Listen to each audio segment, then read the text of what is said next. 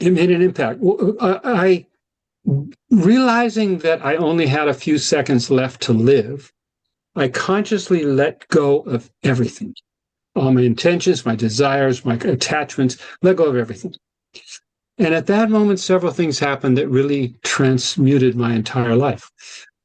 One thing was, and this all happened at once, my whole life flashed before my eyes. And I've read in books, oh, you're drowning, your life flashed before your eyes. It wasn't like that at all. It wasn't like the words. It was like just as clear as this moment and as complete as this moment, except all at once. And I never realized that I could have that expanded level of consciousness. Simultaneously, I experienced myself as an unbounded, infinite, cosmic being beyond time and space. I had no regrets that this particular lifetime was over after only 13 years. And I felt as though I saw my life the way it really was. I saw, it's as if I'd been asleep.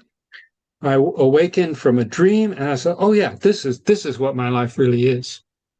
And it was just, it was what it was. The experience doesn't really fit into words, but I felt my life was what it was. I could see the perfection in it. It wasn't that I didn't see the mistakes or the pain or any of those things. It's just that it was what it was, and it was perfect.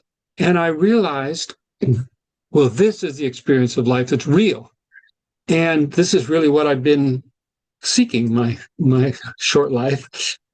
And at that moment, then, I thought, well, now that I've experienced my life the way it really is, now that I've really seen the reality of my life, I'm not ready to leave. I'm not getting out of here. I've got a life to live. I've got communications to do. I can teach people. I can learn something. I can learn how to experience this unbounded awareness all the time.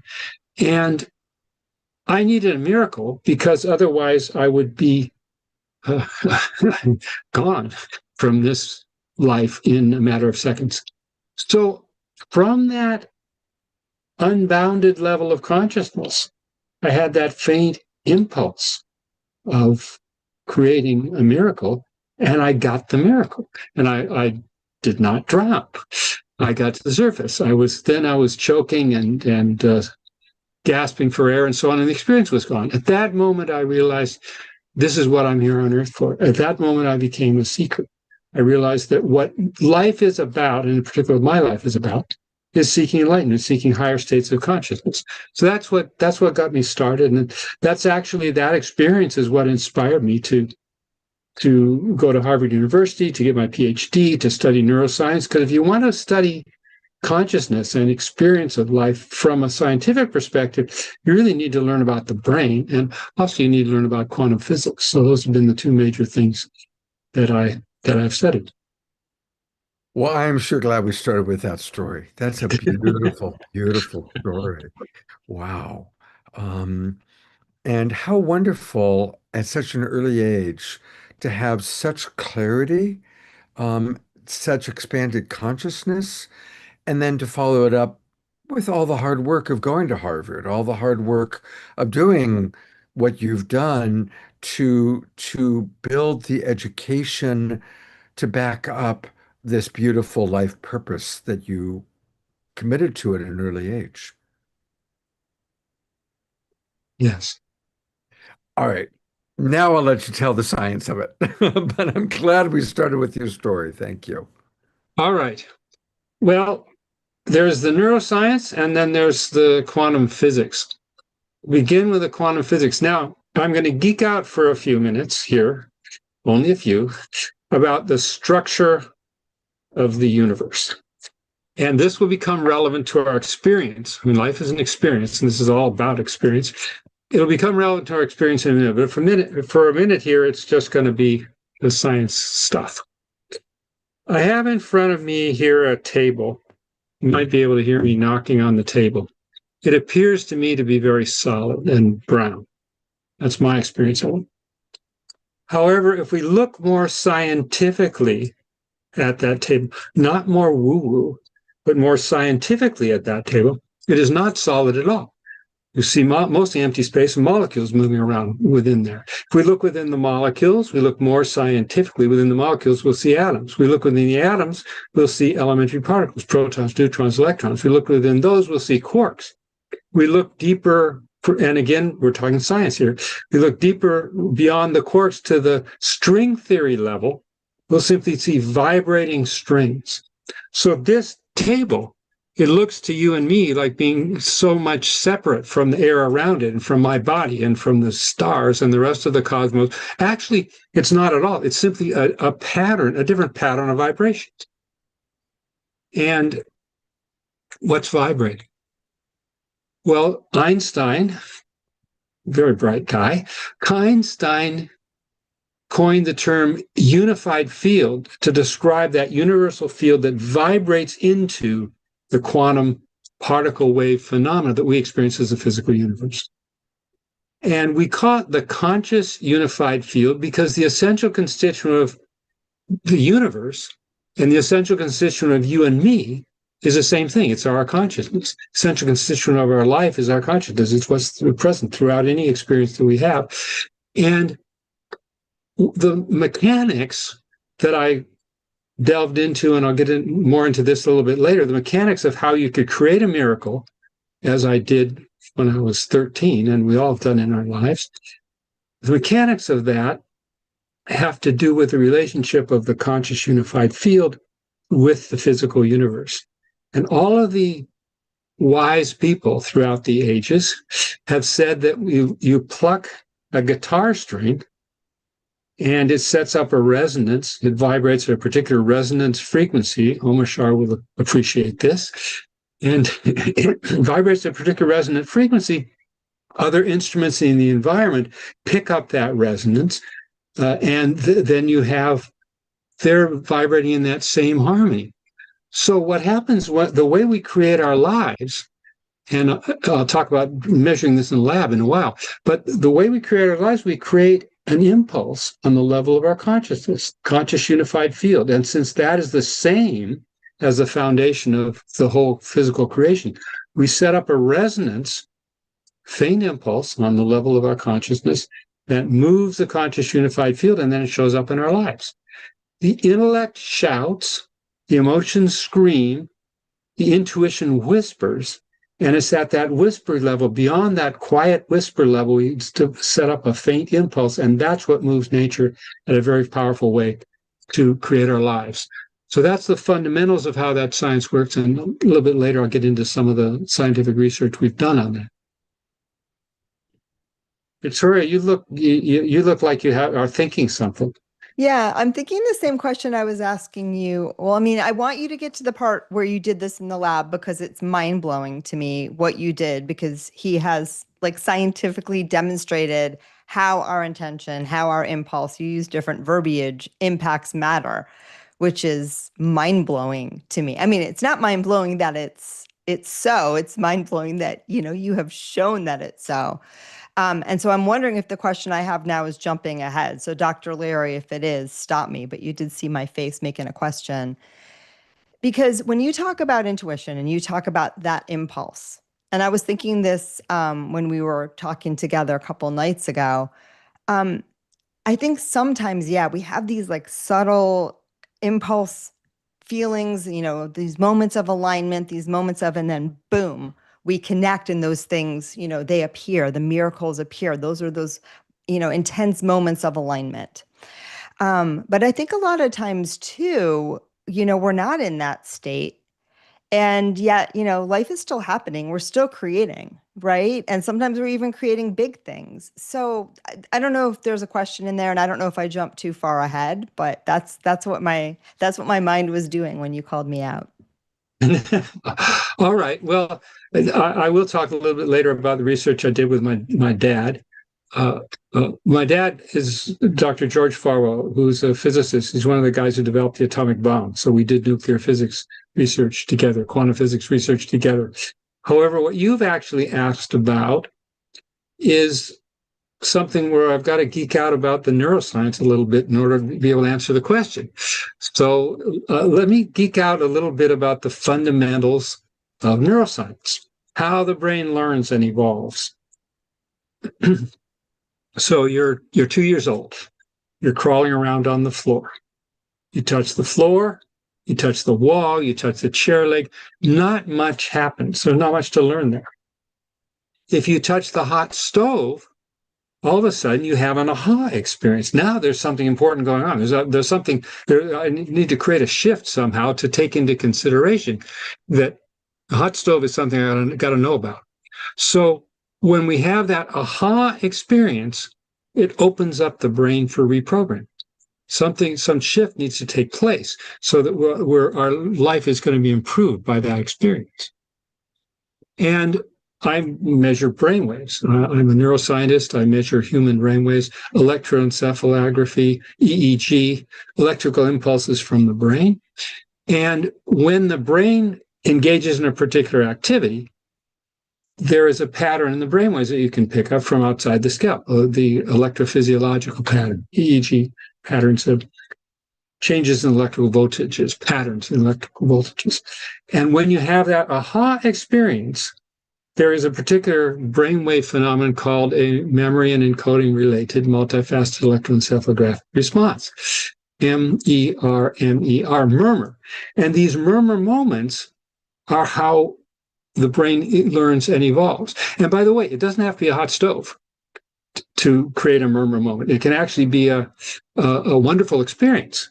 Anything that brings your attention into the present, that creates an aha experience. In fact, when Buddha was sitting under the Bodhi tree and he had that aha experience of gaining enlightenment, I'll bet if we had EEG measurements from his head, I keep putting my fingers on the places in the head where we put the electrodes to measure your brainwaves. If we had an electrode cap on his head measuring his brainwaves, we would have picked up a murmur moment.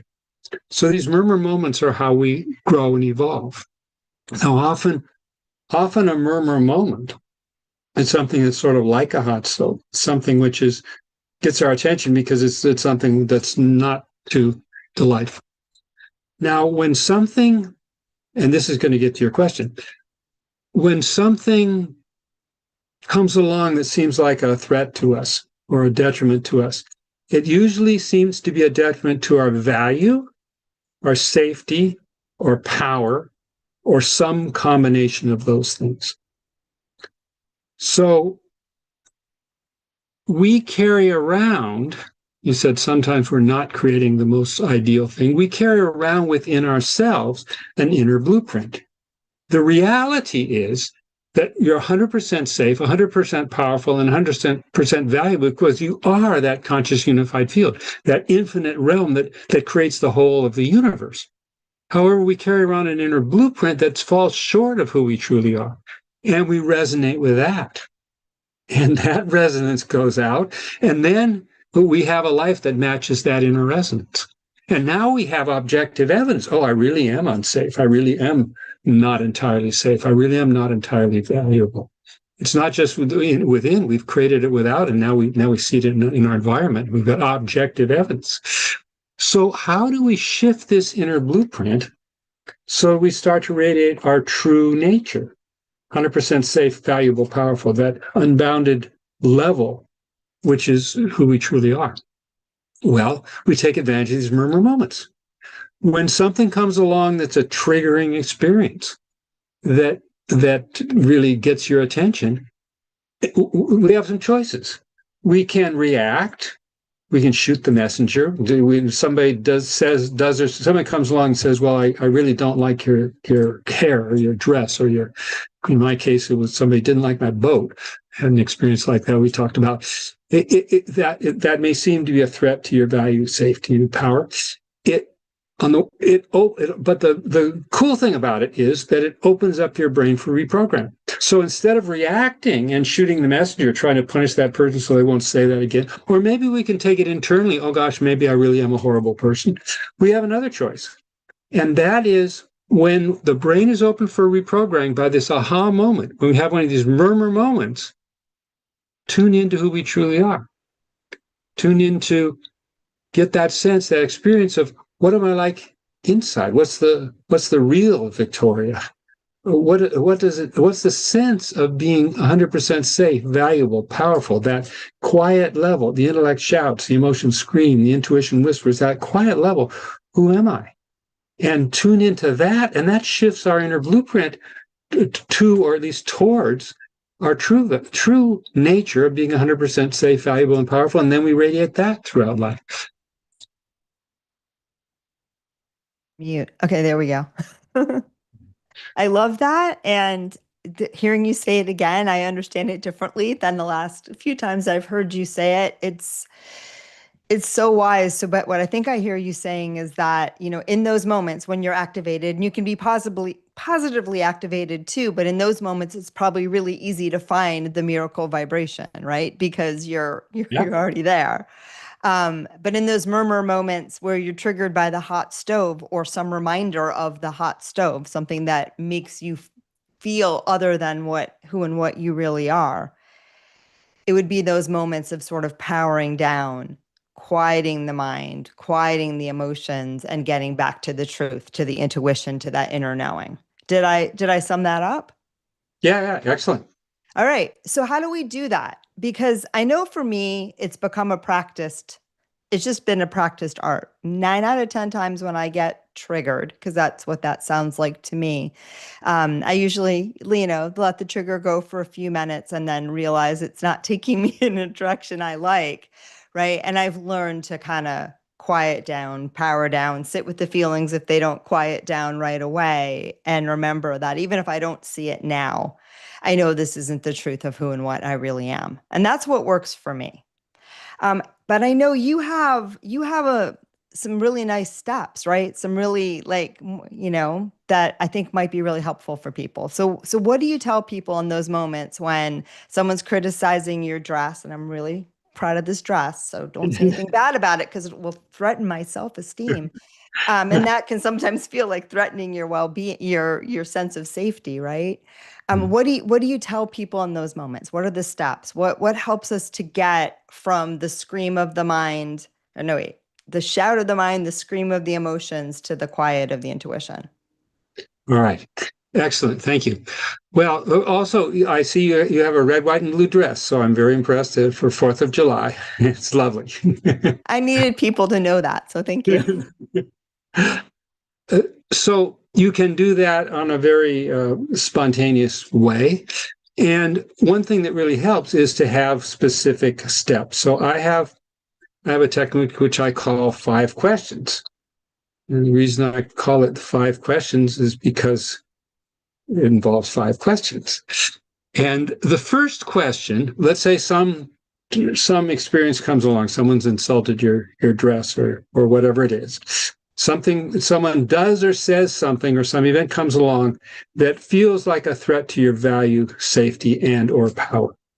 So the first question to ask is, what happened? And I mean a very specific way of asking that question, what happened? I mean, what happened from a space alien robot perspective? Because what we might say is somebody's a jerk and they were being a jerk and they'd said something mean about my dress because they probably have been idiots their whole life and people laughed at them when they were in high school. Now they're taking it out on me. That may be my interpretation. But when I say a space alien robot, a space alien robot who comes down to Earth and doesn't know anything about intentions or motivations or emotions, just reports physically what happened. So what happened is somebody said something maybe that well, actually, I'll give you an example from my own life. I was sitting on a dock. I had just been out I'm in a boat right now, by the way, but I was sitting on a dock. I'd just been out on a boat with a woman that I was interested in at the time, was just getting to know. And we were sitting in the sun by the lake next to my boat, and I had another boat moored out on a buoy. And we were having a wonderful afternoon. And this guy came along in a kayak. And he was paddling up in his kayak, and he said, "When are you going to get rid of that piece of shit boat out of there? I can't stand looking at it." So to me, that was a murmur moment.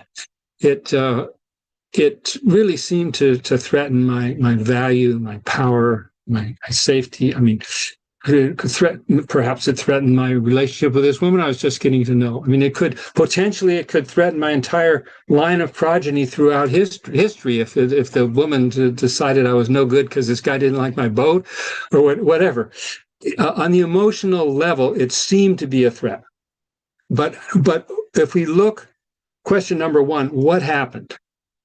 Man and a woman sitting on a dock. Another man came along in a kayak and asked the man on the dock when he was going to get rid of his boat, and compared that boat out there at the buoy to a turd. That is what actually happened. Now, even just stating it that way, it takes away some of the charge, because it's okay. That's the event that happened. Now, once we've established a space alien robot account of the event, which means an objective account, not our interpretation, then the next three questions are, has this diminished my safety? Okay, am I less safe than I was 30 seconds ago when this guy came along in a kayak and commented on my boat? Well, no. Am I less valuable? Has this influenced my value? Am I less valuable than I was 30 seconds ago before this guy came along? Well, obviously not. Am I less powerful in reality than I was 30 seconds ago before this guy made the comment? No. So if the answer to those three questions is no, it hasn't affected your value, safety, and power, then the key question here is, who am I? And in that case, we could answer, well, I'm a neuroscientist and I like blue shirts and I enjoy boats and I like to sing and play guitar and I do brain research. What I'm talking about, though, is a deeper level of who am I? Who am I beyond all the details about my life, beyond what shows up in my bio, beyond what I can say about myself, beyond what I do? Get a sense, an experiential sense of who am I? Who's the real Victoria Shaw? Who's the real Dr. Larry?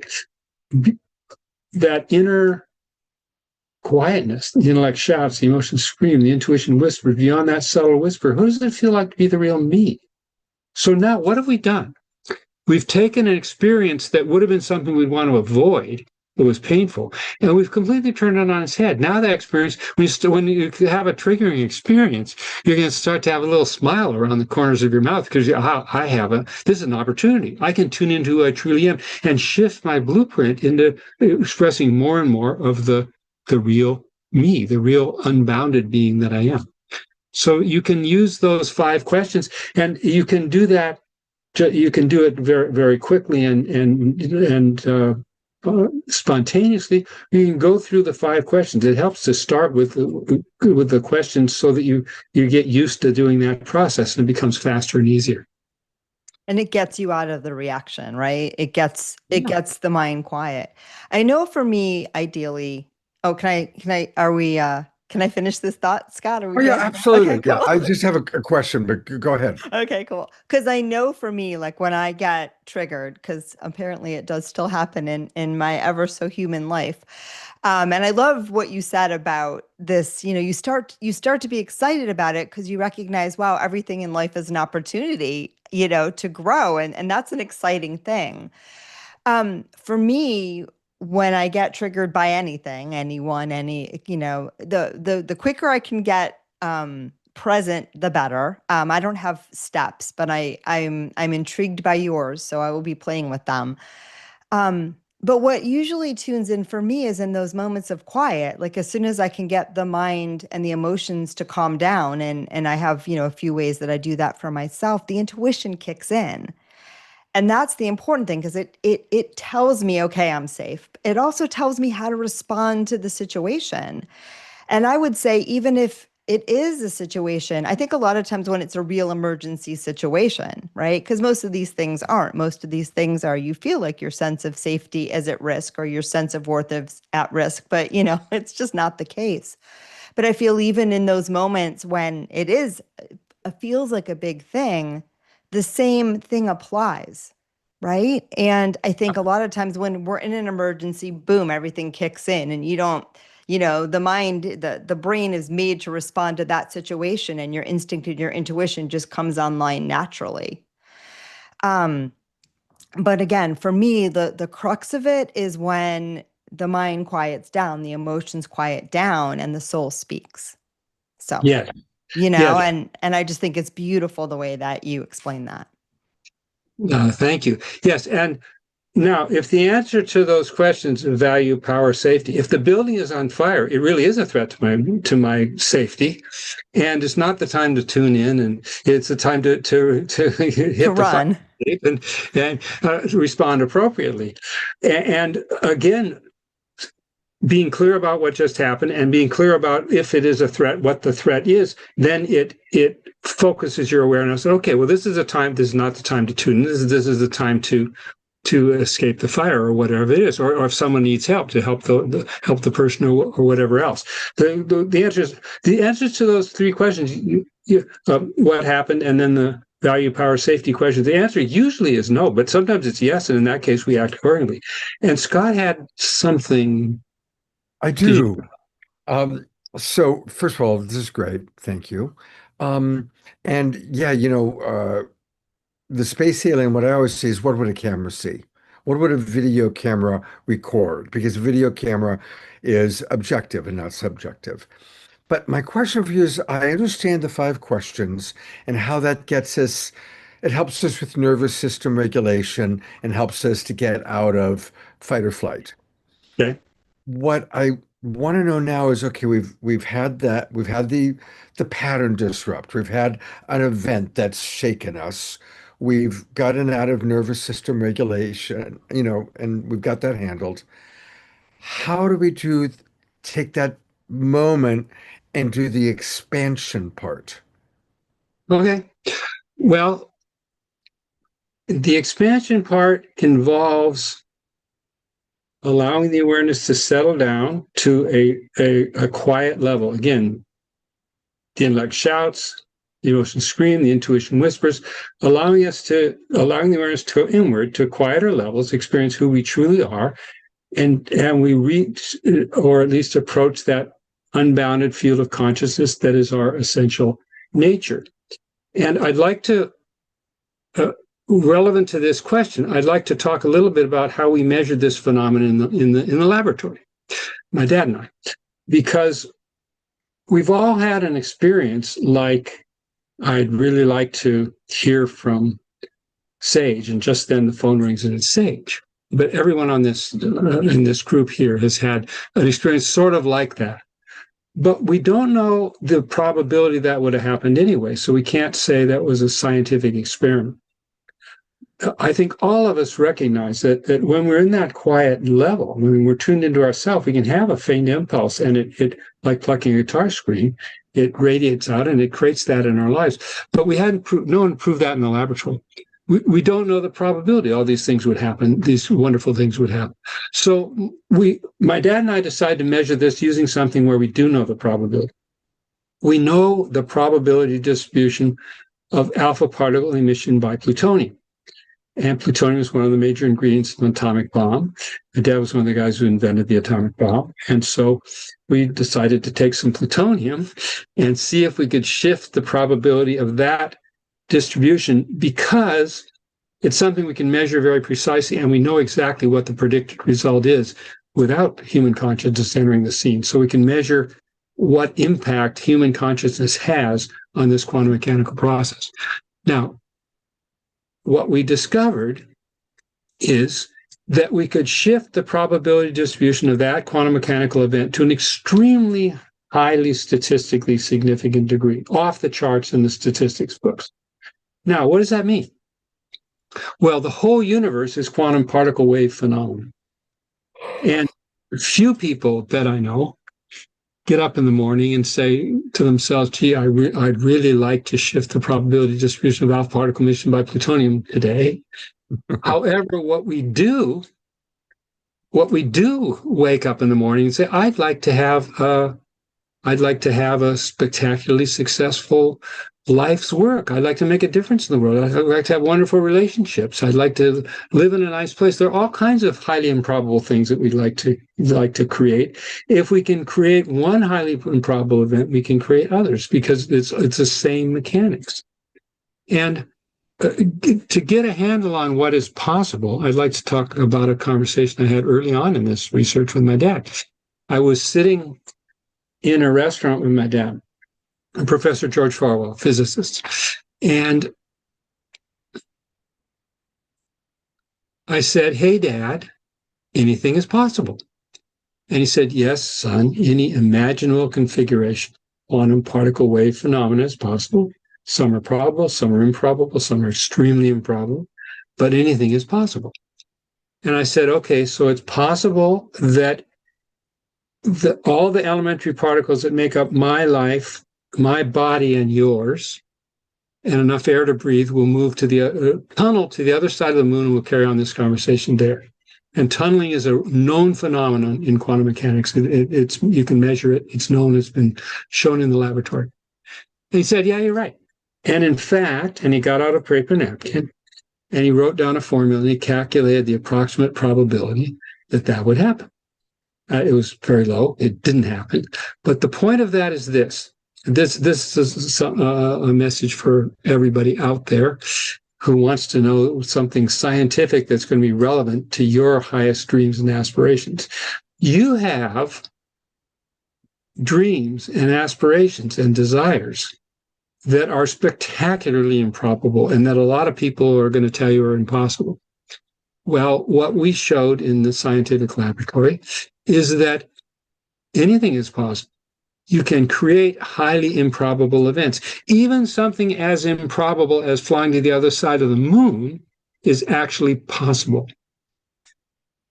From that level of the conscious unified field, anything is possible. And so frankly, the people who say that your highest dreams and aspirations are not possible are scientifically incorrect. I love that. So just building on when we've had the event, we do the 5 questions, we come back to center. Is it that we're in a expanded window of opportunity for manifesting a miracle because we have successfully managed our own nervous system in the face of a pattern disrupt?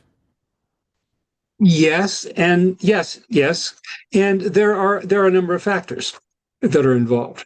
Now, a lot of people talking about manifestation talk about focusing hard and trying hard and pushing and pushing and pushing and pushing.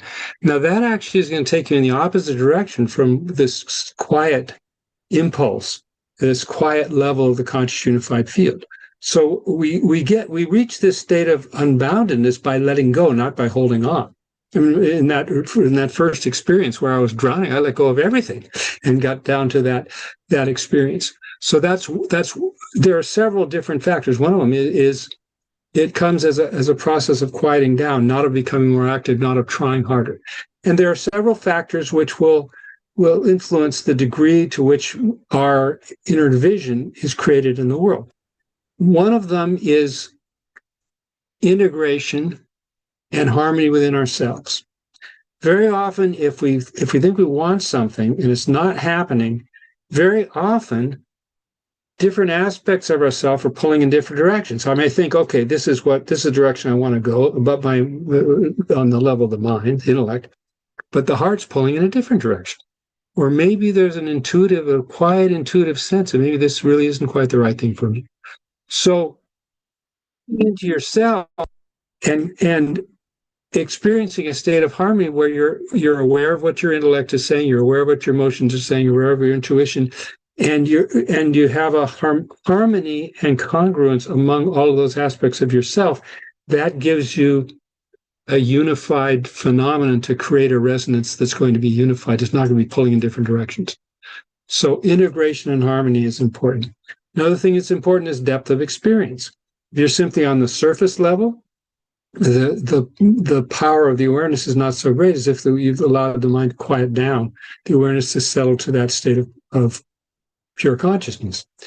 Another important aspect is clarity of vision. Now, clarity of vision is not specificity of result. For example, let's say, well, I really want to have $1 million. Well, focusing on $1 million. Well, let's say we get the $1 million, but you get it by robbing a bank, and then you spend the rest of your life in prison. You got $1 million, you got that thing thought you were desiring, but not really the experience. So often we think, okay, I really want that thing out there, but what we actually desire is an experience. Life is an experience. Life isn't an event. Life is an experience. So rather than focusing on clarity of vision means clarity of the experience. I mean, why do we want $1 million? So we can make a big difference in the world. So we can donate to things we care about. So we can help people that we care about. So we can live a delightful life. All of those things. What's the experience that we clarify in our awareness, not the external thing that we hope is going to bring us that experience. Another important aspect is effortlessness, because the harder we try, the more we pull ourselves away from this state of settled consciousness. And the final factor is supportive nature. My first thought when this guy came by in the kayak and insulted my boat was that you have these boat fenders. They're these big rubber things that keep the boat from hitting the dock too hard when you're docking your boat. I thought I could take one of these boat fenders, I could throw at this guy and knock him out of his kayak into the water. Clearly he deserves it. Now that thought really wasn't totally in tune with myself or totally in tune with nature. When we experience our desires and aspirations at a quieter level, they're more in tune with yourself. They're more in tune with nature. You may have some impulse on the surface, but as you experience this when you're in tune with yourself, when you're at this quiet, intuitive level, you're thinking in terms of harmony. You're not thinking in terms of something that's going to violate laws of nature or violate other people. So supportive nature requires attuning to that quiet level within yourself, which is in tune with nature. And at that level, it's people say, well, am I tuning into my truest desire, or am I tuning into nature's desire? Well, if at the most fundamental level, those are one and the same thing. So on that level of experience, you gain support of nature. So all of those factors enter into it. And the higher the level of consciousness, the greater the miracle you can produce. For example, I want an apple. So I go to my job, I work for a while, I make some money, I jump in my car, I drive down to the store. This store doesn't usually carry apples, and it's not apple season, but lo and behold, there's an apple there. I get an apple. I wouldn't really call it a miracle, but it's a somewhat improbable event. Now, if you're more in tune with the conscious unified field, you have that faint impulse, I'd like an apple, and knock comes on the door, and your friend comes in and says, hey, I happen to have a bag of apples, have an apple. More fully attuned to the conscious unified field, you're out in your backyard, have that faint impulse, would like an apple, and the apple truck drives by, hits a bump, and apple falls out on the table. Fully attuned to the conscious unified field, you can simply have that impulse apple and all the quantum particle wave phenomena, improbable though it is, that form an apple. You get an apple. And that's on the level of the walking on water and water to wine level. But potentially anything is possible. It depends on our level of consciousness, and we apply our level of consciousness according to those 5 principles I just described. And Victoria, looks like you have something delightful to say. Victoria always is like so geeked out about all of this. It's my understanding too, when we're in what my teacher calls the energy realm or the other side, right? That we do have that instant, you want an apple appears, right? Here on earth, usually we do not have instant manifestation. That's according to my guides, that's actually part of the fun. According to my human self, sometimes it's fun, sometimes it's not. But I was just thinking about this. I've been thinking about this throughout because, before I learned about conscious creation and manifestation and all this good stuff. And I was just living my life like a muggle. I did have this realization, this understanding that a lot of the big things that I wanted in my life, and I can look back, some of them came really fast, and those were always things that just fell in my lap that I wasn't thinking I wanted, and then they just appeared. So that was the first thing I knew about my life, that good things always happened, but just spontaneously without me having to do anything. So that makes sense to me now. And then the other thing was these things that I wished for. I started to realize they would always come, but sometimes they would take a really long time. Like I lived in New York for 12 years and I wanted a particular house on a particular amount of land in a particular time, a particular town. And I got that. But it took a bunch of years. And even by the time I got that, I was already thinking like, well, I wanted that like 5, 6 years ago. Now I don't even know if I want it anymore, but look, I'm living here.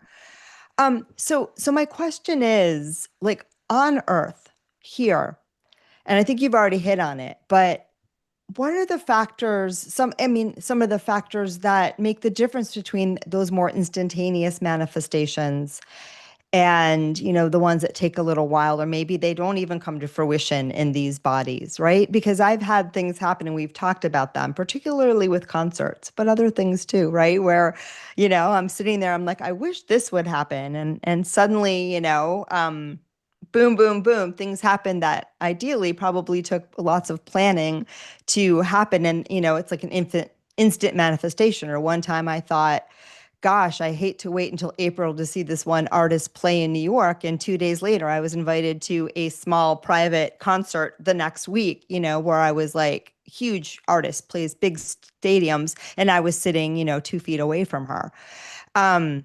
So for me, a lot of that is oftentimes you're already in a good vibe. You're already excited about things. You already believe it can happen and you don't really care. Those are all the things that tend to. And sometimes too, I'm just feeling really good and then good things follow me. But I want to throw it back over to your framework. And I hope this question wasn't all over the place. Well, yes, you mentioned a couple of things. You actually mentioned several of the things I described a few minutes ago about, for example, effortlessness. There are a lot of people teaching about manifestation that are really talking about effort, about you put this by your mirror and you really try hard to make that clear. One of the things you pointed out is you said just don't care. It's interesting because you just don't care that's the letting go aspect, and then on another level we actually do care. We have that inner resonance, so it's sort of a paradox. That on the one hand, we have that impulse of, there's a desire. There's that faint impulse of, yes, this is something that I resonate with. And at the same time, we let go. Now, the mechanics of what happens in that phenomenon is we have, at the very quietest level of our being, we have some very faint impulse. But we want that impulse to be infinitely powerful. So if we really push on it, we're going to take it to a less deep level, and it's going to not become as powerful. If we have a very faint impulse and then we let go, what happens is the awareness slips into the conscious unified field spontaneously. The harder we try, the more that doesn't happen. But we let go. Awareness settles into the conscious unified field spontaneously. Then that moves nature. That moves the conscious unified field, and then that shows up in a very powerful way. So it really is a paradox, because there's not like a step-by-step, okay, you push this lever and then you push this lever and then you push down hard on this and it all happens. It happens at a very quiet level. And again, the intellect shouts, the emotion screams, the intuition whispered. At that quiet whisper level is the most powerful level we can create an impulse in creation. Beautiful. And Scott just came on. Well, this has been we're already 15 minutes past when we were going to go to our music song break, but I couldn't stop because it's so fascinating. So good news, everybody. We are not done with Dr. Larry and Victoria. Victoria's going to be with us for the whole show. We are going to take some questions from any of you, but to just integrate all this wisdom, we are going to go to our beloved Omar Shah for the mid-show song.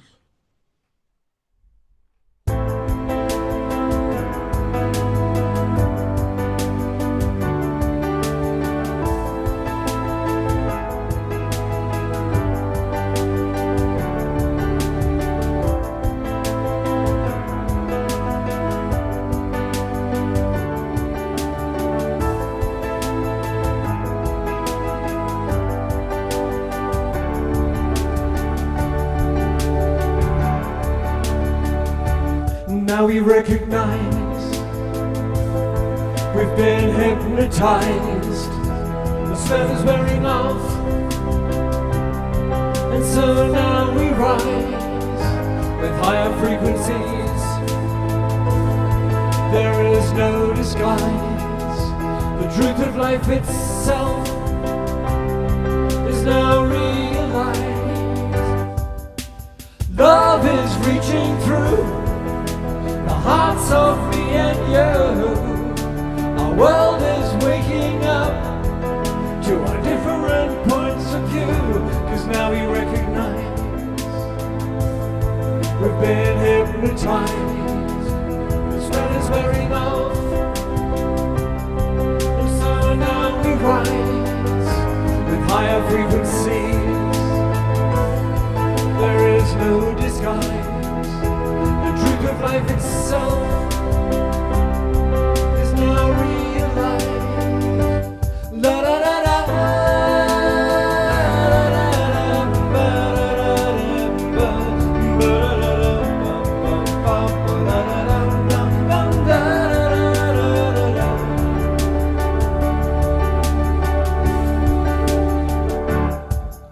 So shake yourself free of the past.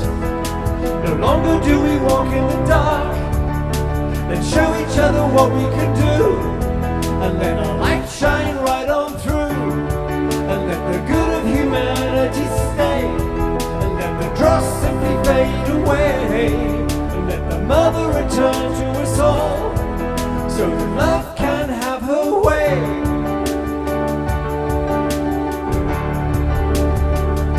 'Cause now we recognize we've been hypnotized. The spell is wearing off, and so now we rise with higher frequencies. There is no disguise. The truth of life itself is now realized. Ba-da-da-da.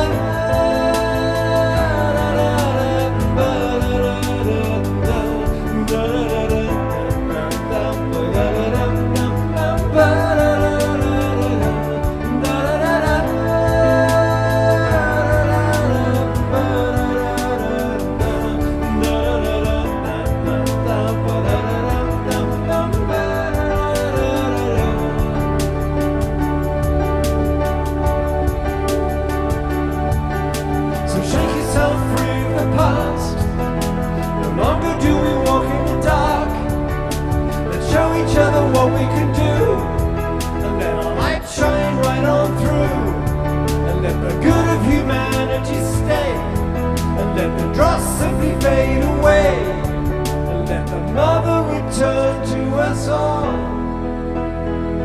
so that love can have her way.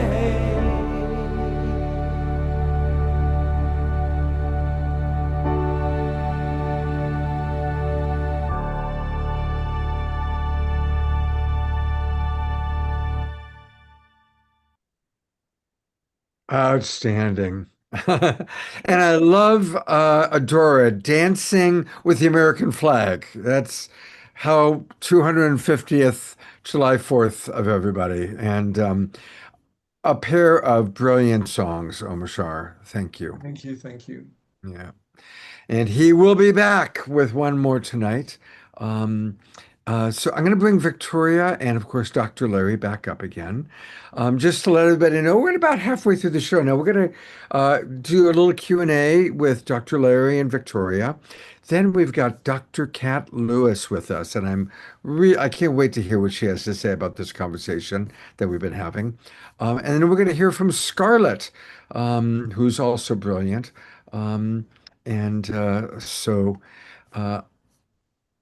Victoria, I'm going to let you lead with a question while I scan the chat to see if there's anything from our audience to ask. All right, I got to think of a question. Or a comment. I can find. Let me find one from my intuition from the guides, because that's where I flow best. And here's my question to you that keeps coming up for me. And I think you've already answered it, but we'll see how it It flows. You know, the name of the game of what I do is tapping into intuition, right? That quiet, the subtle impulse, the place where in my mind it's different than psychic experience, really. It's just that part where you're totally aligned. To me, intuition is like that spiritual GPS, the direct line to your soul. It's where, you know who you are uh viscerally, and everything flows from there, right? Is that connection with the unified field? Is that, Abraham Hicks would call that infinite intelligence, right? Is that the same thing? Yes. Okay. All of the great spiritual teachers in every tradition throughout 10,000 years, way more than 10,000 years, actually, they've all been talking about the same experience. We may describe it in different words, different times and places, different words, different societies, different metaphors, different allegories. But we're really all talking about that same experience. It's the experience, and we can talk about it as the experience of ourself, our highest self, our higher self, which is infinite. We can talk about it as the experience of the truth of nature. We can talk about it, the experience of the divine. It's the different words, but it's the same experience. So yes, exactly. Yeah. I mean, what I love about talking to you, Dr. Larry, is that I can talk to my guides all day and tap in, and that's my happy place. But what I can't do is understand it in terms of quantum physics. So, no, it's beautiful. That's why I love picking this gentleman's brain, because it is such a beautiful bridge between the science way of looking at things and the spirit way of looking at things. And when those things align the way they do when I talk to you, that alone is a miracle. It's just such a beautiful gift to the world. So thank you.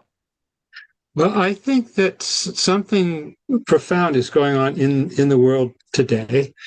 And there is a major uprising of consciousness taking place. We have been living in a scientific paradigm in which the material world was considered to be, if not the only thing, at least the most important thing, the most real thing. And what Science of Creating Miracles is about is the science of discovering and showing in the laboratory that this infinite field of pure consciousness, this field of the conscious unified field, which is who we truly are, is the most powerful thing in the universe. That's what really creates our lives. And my goal is to create a scientific revolution where we show all of this in the laboratory so that people learn from the time they're young through all of the channels in society that consciousness and higher consciousness and enlightenment is what life is really about. And when we have a world which is based on a materialist paradigm, that the material world is the ultimate reality, we end up with a world like the one we have today, where there are a lot of things that aren't so ideal. When people on the whole are learning, oh yeah, the truth is found within. That developing our inner consciousness is the way to create the world we desire, then we're going to have a very different world. Amen. We have some wonderful comments and some questions for you. Yeah. Ayada writes, is anybody else having the sense that we can work with this information and insight tonight to speed up the process of healing and uplifting our world at this fraught time? I had an incredible meditation today while walking through Chantal Cabrera's Innisfree Herb Farm near the Salish Sea in Vancouver Island, where I am. Very much aligned with this theme. And I'll get to the question in a moment for you, Doctor. Um, uh, there's several that came in from Rihanna, but Ayana also wrote, I'm so enjoying and appreciating this conversation tonight. Perfect timing for the 250th anniversary of the USA, as we have such an urgent need for evolutionary thinking. Absolutely. All right, now here is a combination of comments and questions from the great Rihanna Skywalker, who is been a guest on this show a few times, and she's an astrologer and a mystic that I really respect. She writes, finally a paradox. Life is not all wonderful good experiences. I'm reminded of what you desire is desiring you. Are we creating or allowing creation to come to us? If all exists, what is the guiding force of our experience? As an astrologer and consciousness explorer with a few experiences beyond this realm, there is a soul script, destined modes of experience that serve as greater unseen dynamic of creation. Coming to understand that maybe we can co-create, receive the pulse, and create from source? Question mark. I would love to hear Dr. Larry's take on this angle. And what is a miracle? All right. Well, I'll answer the second part. What is a miracle? So I can do that very briefly. It used to be thought that a miracle was something which was contrary to the laws of science, and yet somehow it happened. It like contradicted the laws of science, but somehow it happened. Whereas in quantum mechanics, anything is possible. Remember a conversation with my dad, even tunneling to the other side of the moon. It's possible. Some things are probable, some things are improbable, some things are spectacularly improbable. So a miracle is simply a highly improbable event. Now, the question of, are we creating something that's happening, or is it pulling us to it? Is nature pulling us to there? Are we pushing or are we pulling? And the pushing and pulling is in the realm of duality, in the realm of unity. And from the point of view of the conscious unified field, we don't have to distinguish those two because they're both happening simultaneously. We create a hologram. We create a hologram together, and there really isn't a push, there isn't a pull, there is only a coming together. There is only a harmony that takes place. But when we're truly creating from the love of who we truly are, we are being created in the same way and at the same time. I wrote a paper which we published in the Physics Journal. It was a mathematics paper. It was called Filtered Noise Can Mimic Low-Dimensional Chaotic Attractors. And this had to do with fractal mathematics. Now, an attractor, a chaotic attractor, by the way, there are different layers of chaos. Chaos doesn't mean complete randomness. A low-dimensional chaotic attractor is actually a very orderly system. For example, you throw a tennis ball into the river just above Niagara Falls. It's so complex you can't really figure out exactly where it's going to go, but you know it's going to be between the sides of the river and between the top and the bottom of the river below. So that's like an attractor. It's an end state that draws us to it. And what we're doing essentially by attuning to the conscious unified field and setting an impulse is setting up, creating low-dimensional chaotic attractors. We're creating a hologram that draws all of the forces nature to it. Or we could say nature is creating a hologram that draws us to it, and it's all the same. From the level of oneness, those are one and the same thing. So I love your perspective of the comment and question you made, because it really shows that, well, as you said, a paradox, that all of those, when seen from the level of oneness, all of those perspectives become one. Beautiful. All right. Well, it is time to take a look at how we can learn more about Dr. Larry and Victoria and something very special that they're putting together. So I'm going to first, and we're going to go visit a few websites. I'm putting these into the chat box as well, so you guys can kind of track it. But let's start by going to Dr. Larry's website. And here we go. For those of you watching on Facebook or YouTube, his website's simple. It's his name, Dr. Dr. Larry, Larry, Farwell. And he does fare well and go far well, doesn't he? So it's drlarryfarwell.com, the world's leading expert on the science of creating miracles. And yeah, there's some pretty amazing things here. Selected by Time Magazine, one of the top 100 innovators of the century. That's pretty impressive. So you can learn all about Dr. Larry by going to his website. My God, there he is with the former president of the United States. So he is a pretty amazing guy that we're blessed to have with us on this 4th of July broadcast. So drlarryfarwell.com is a great place to go to learn more. Um, there's also this wonderful retreat site and Victoria's told me about it for quite a while. I haven't had a chance to go there yet, but I just might be going for this upcoming retreat. Victoria, tell us a little bit about Cactus Blossom Retreat. Yeah, Cactus Blossom Retreat was a product of my intuition. And when I moved to California, I never thought I was going to have a retreat center. I didn't know retreats were a thing.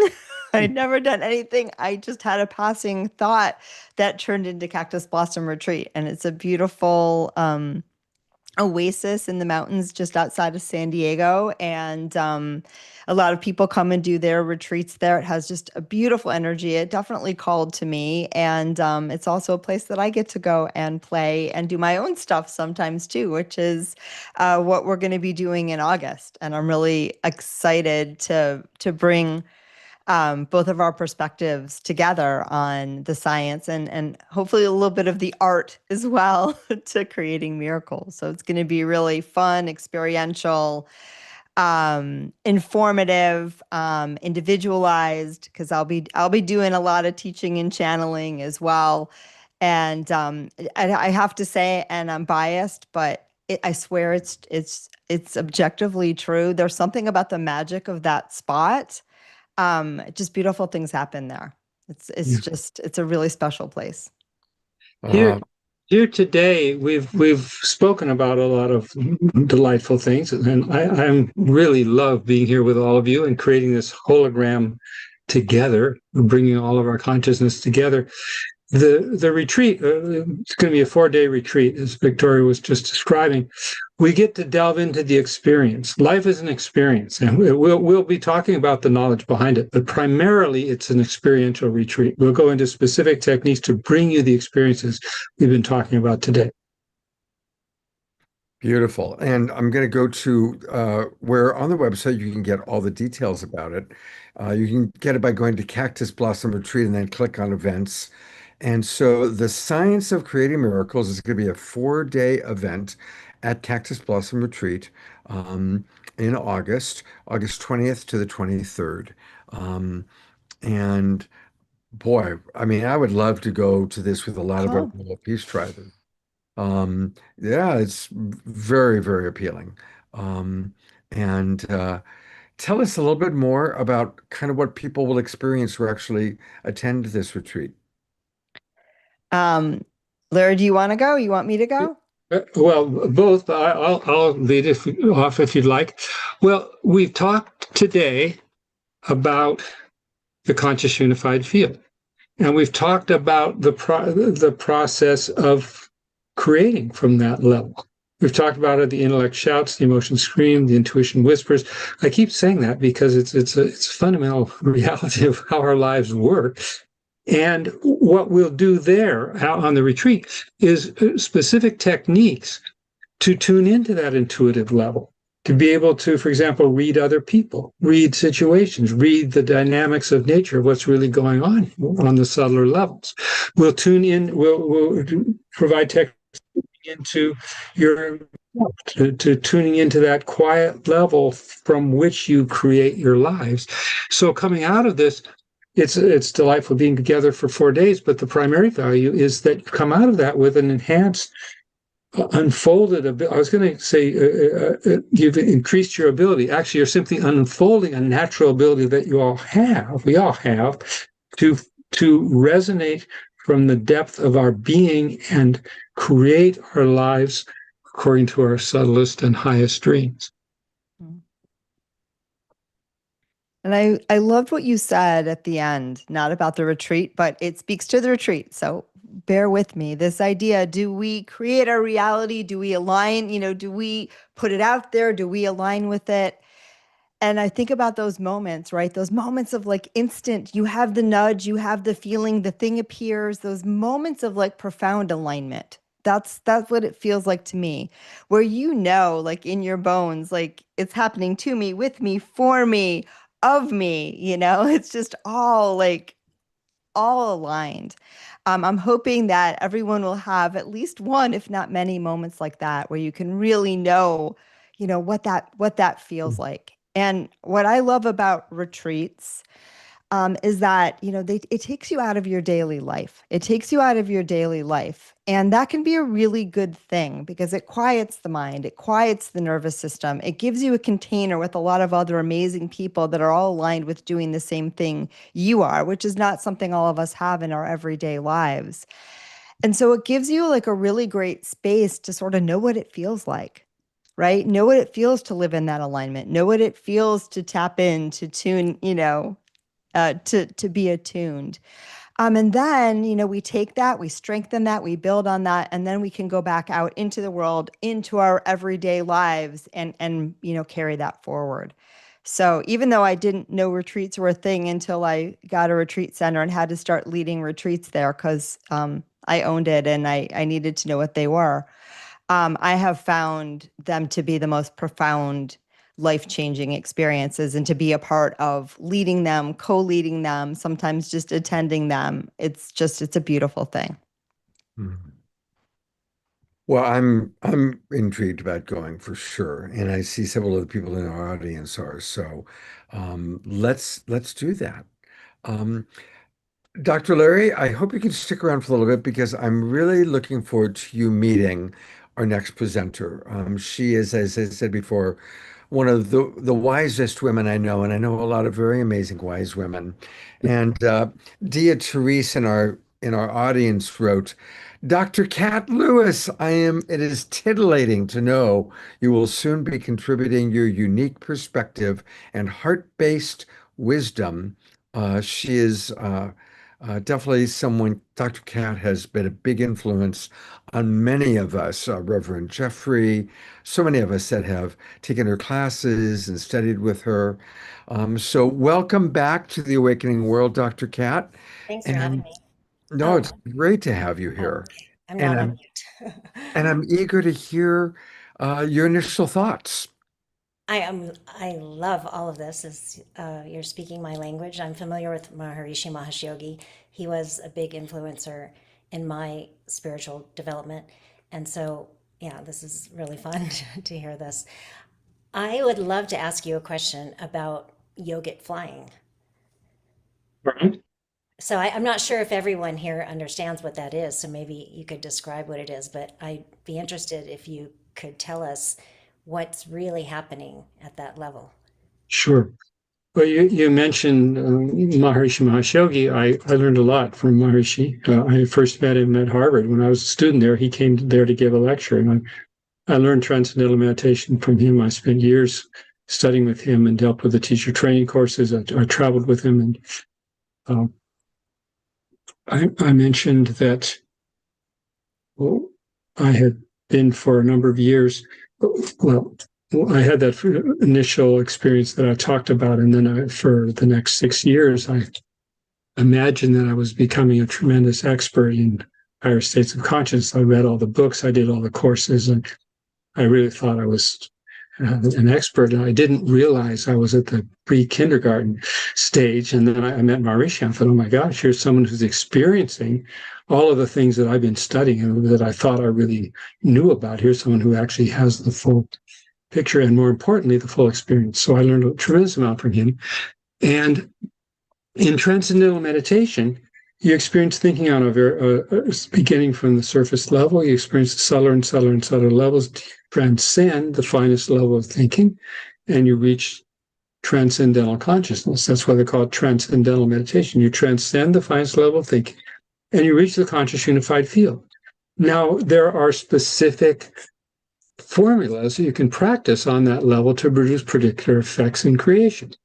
And yogic flying is one of those. There are many others, but everything rises from the conscious unified field. And you produce a particular impulse at that level, and then you get the result on the surface. So yogic flying is simply a matter of producing the impulse that results in your body going up in the air. And one of the things that one of my recent research projects is studying and demonstrating in the scientific laboratory some of these abilities that are far beyond what most people think is possible.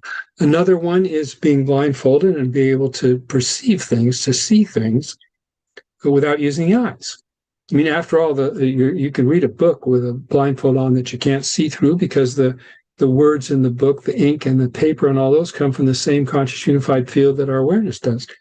However, that's not well known, and it hasn't been studied much in the scientific laboratory. So what my goal is not only to measure the brainwaves of people who are experiencing these higher states of consciousness and doing some of these miraculous, supposedly impossible things, but measuring these things concretely in the scientific laboratory so we can publish in the scientific journal, not only, okay, we get really coherent brainwaves, but the physical phenomena that we're talking about are real and can be demonstrated. So what do you think is happening to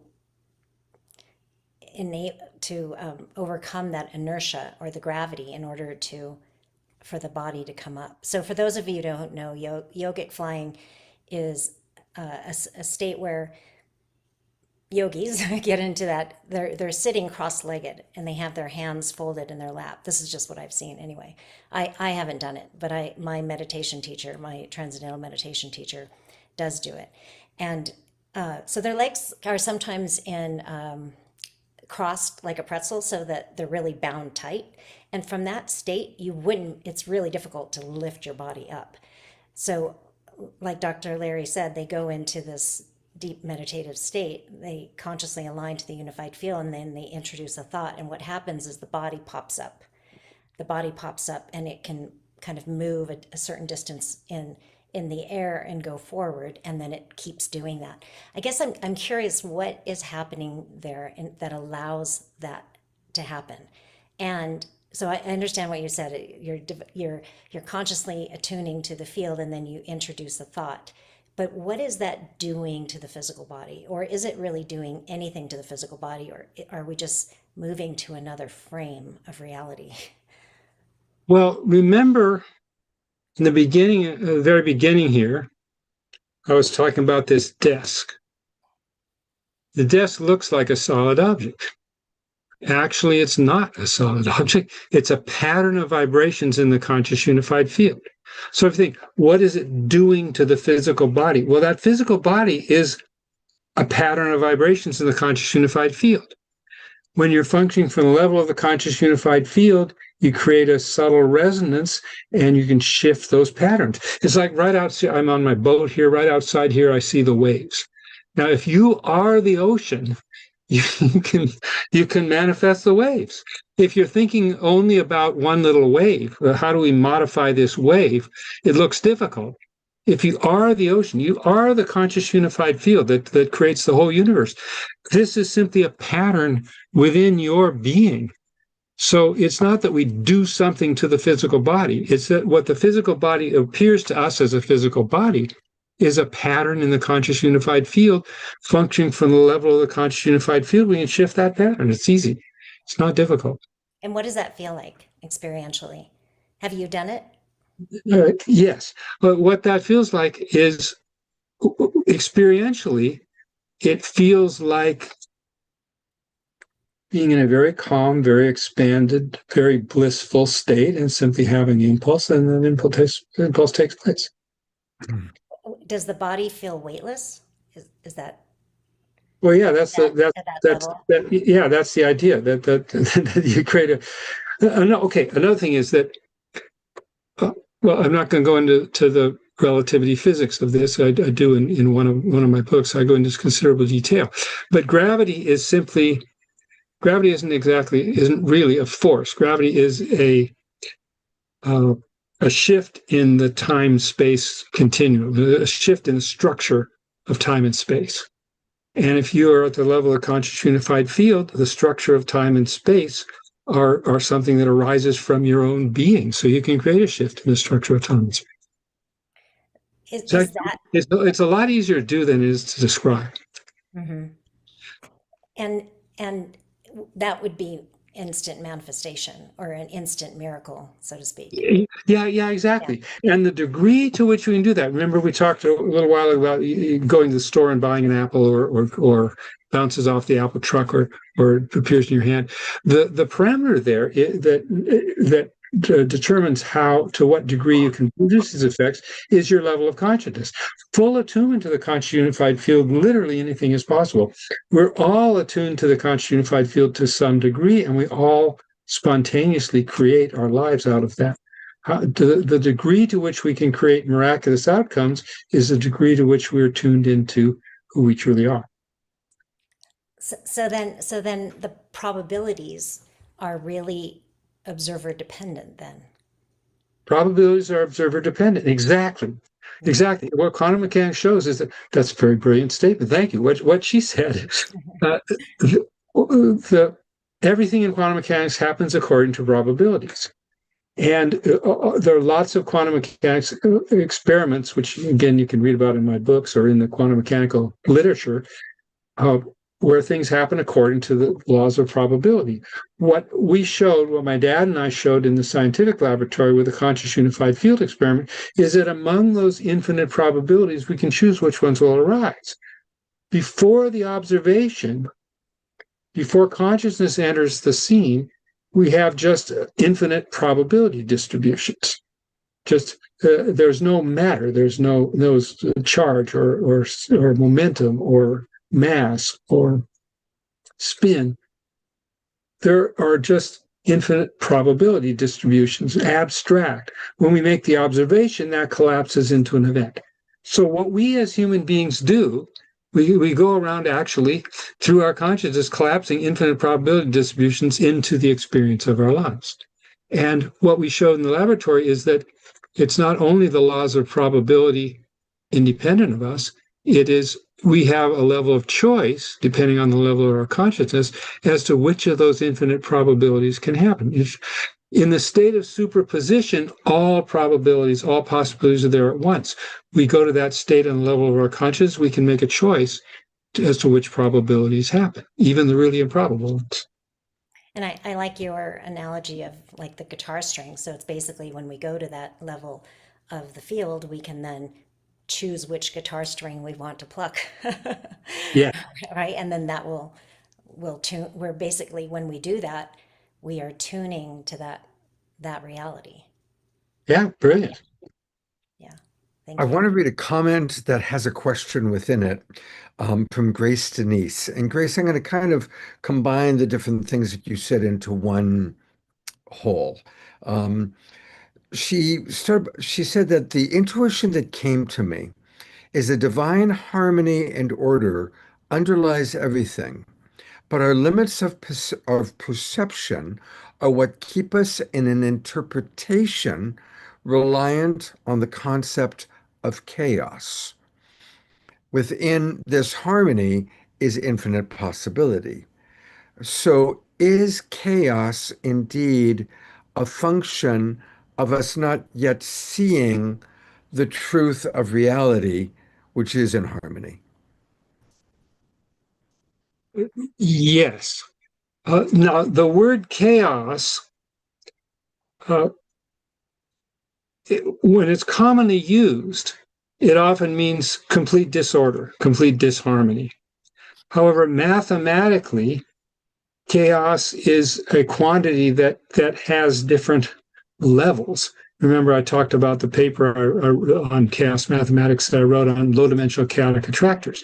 So there are levels of chaos. It doesn't mean levels of chaos makes it sound like levels of something that's totally disorderly. Actually, it's levels of chaos is the same as saying levels of orderliness.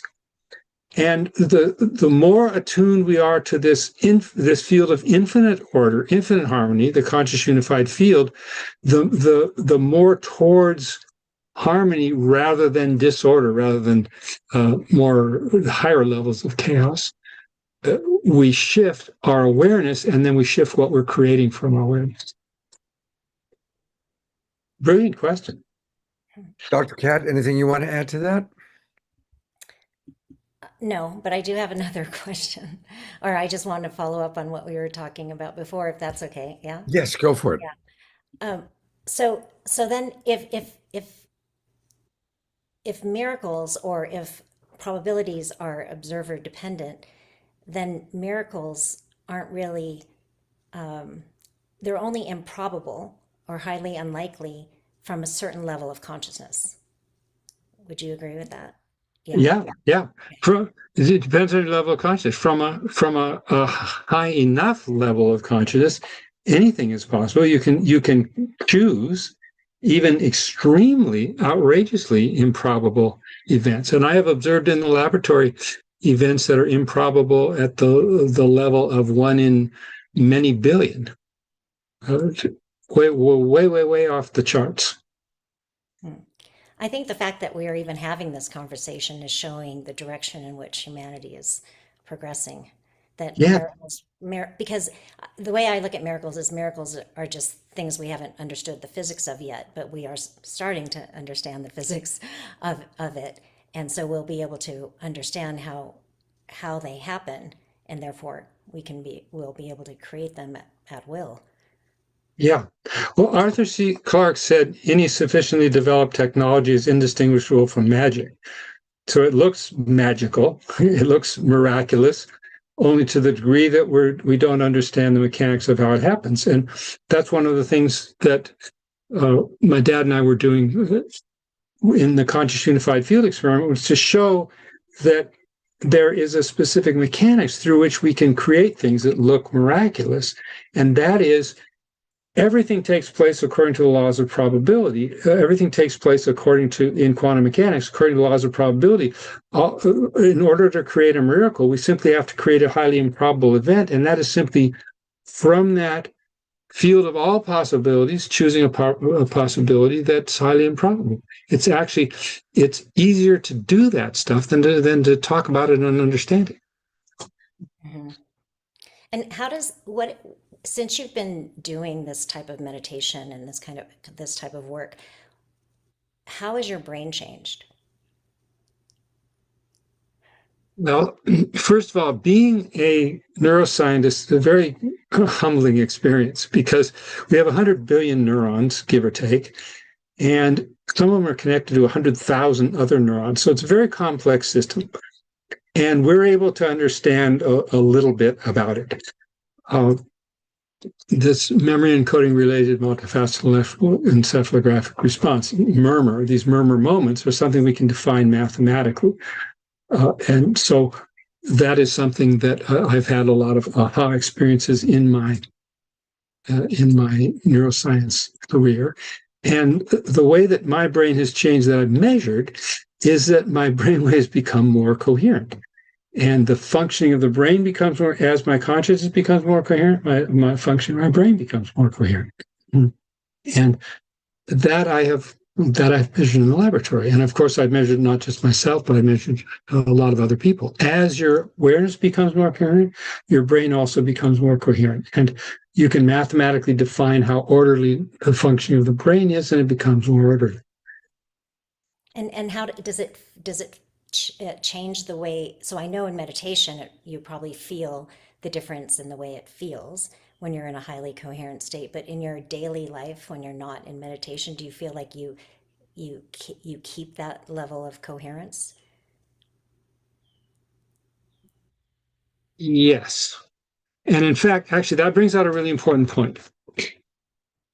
The goal here, since we incarnated here, the goal is to bring infinity into our relative life. Not just to sit in a field of infinity, but to bring the unbounded infinite consciousness, to bring the conscious unified field out into a world in our lives. So we may meditate, we go within, we experience this unbounded awareness. That allows the nervous system to settle down. Deep-rooted stresses in the nervous system are dissolved. We reflect more consciousness. Now, then we come out into our lives and we use that level of consciousness. We apply it, and it fades to a certain degree. Now, that, and on the surface, looks, well, too bad. We were in this very unbounded state in meditation, and then we come out and we're more limited. But what's actually going on behind the scenes is something valuable, and that is that we're stabilizing that more unbounded awareness. It's like in the traditional way of dyeing a cloth. You dip the cloth in the dye, and then you fade it in the sun. When the sun, if you look at only the surface, oh, too bad, it's fading. But if you look at what's really happening, the dynamics, as it fades, it becomes more fast. So as this unbounded awareness fades and we get out into life, and we're not completely in a state of complete harmony, as we apply that, it stabilizes and it strengthens the nervous system. And we've dissolved stresses in the nervous system. We get the nervous system used to functioning in this more stress-free style. So not only experiencing pure consciousness, unbounded awareness, but applying it in our lives are the steps that progress that takes place. Yeah, I love that, because the first thing I thought of when you said that was really for the one to experience itself, it does it through the many. And for us to bring more of that infinite consciousness, that light into the world, like if we want that as our world, it's up to us. We have to bring it forward. Yeah. And I'd like to mention a little bit about something along these same lines, because it's something that people sometimes, that it helps if you understand it. And that is that there are disresonances in the nervous system, and we want to dissolve those.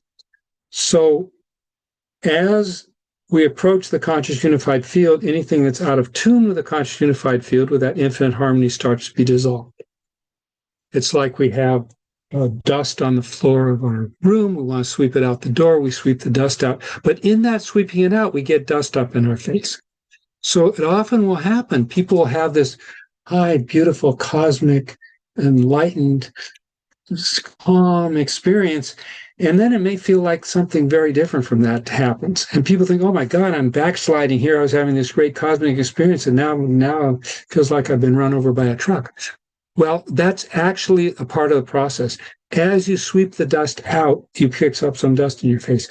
As you dissolve these disresonances, you'll feel them on the way out. If you had experience with fasting, you might feel really pure for a day or two, and then you feel like a mess.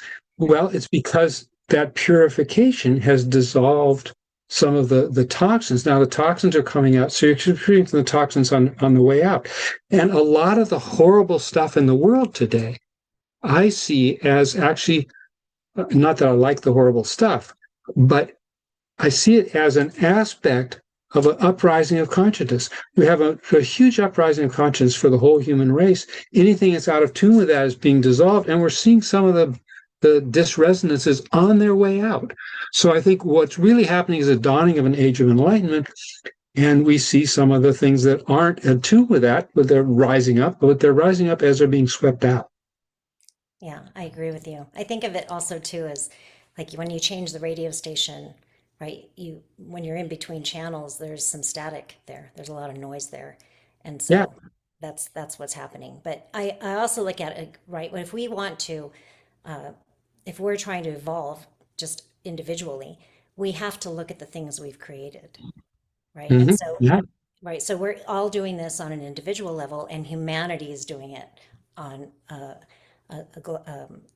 collective level too. So I look at it the same way, that all these things that we're seeing that can look like chaos is just part of the order that's being created. Yeah. The caterpillar does not become a butterfly. It doesn't take on butterfly-like characteristics. The caterpillar becomes the green goo, and the green goo becomes a butterfly. So there is a transition taking place to a higher level of human life, and there's some chaos involved in that. And Scott apparently has something really delightful to add here.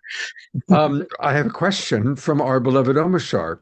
What is the difference between brain, mind, and consciousness? And Okay, that's for both of you. brilliant. You want to go ahead, or would you like me to? No, go ahead. Yeah. All right. Okay. Brain is the physical apparatus. It's neurons, and neurons fire. But you can go inside and you can look at all of the neurons. You can look at all the the axon will fire, then one neuron will fire, the electrochemical process will go down the axon, it'll enter the neurotransmitters, will go across and affect the other neuron and the dendrite, and then this neuron may fire. You can look at all of those things. You won't see a mind, you won't see consciousness, you'll just see physical machinery. So the brain is simply the machinery that carries this out. Now, consciousness interfaces with the brain, similar to, for example, a radio. You can touch and feel and see all of the little parts of a radio, and it interfaces with radio waves that you can't see or touch or feel. So consciousness interfaces with the brain in a similar way. The brain, the primary purpose of the brain is to reflect consciousness. Now, the thoughts or thinking, the mind, is the mental consciousness is a screen on which all of our experience takes place, like the movie screen.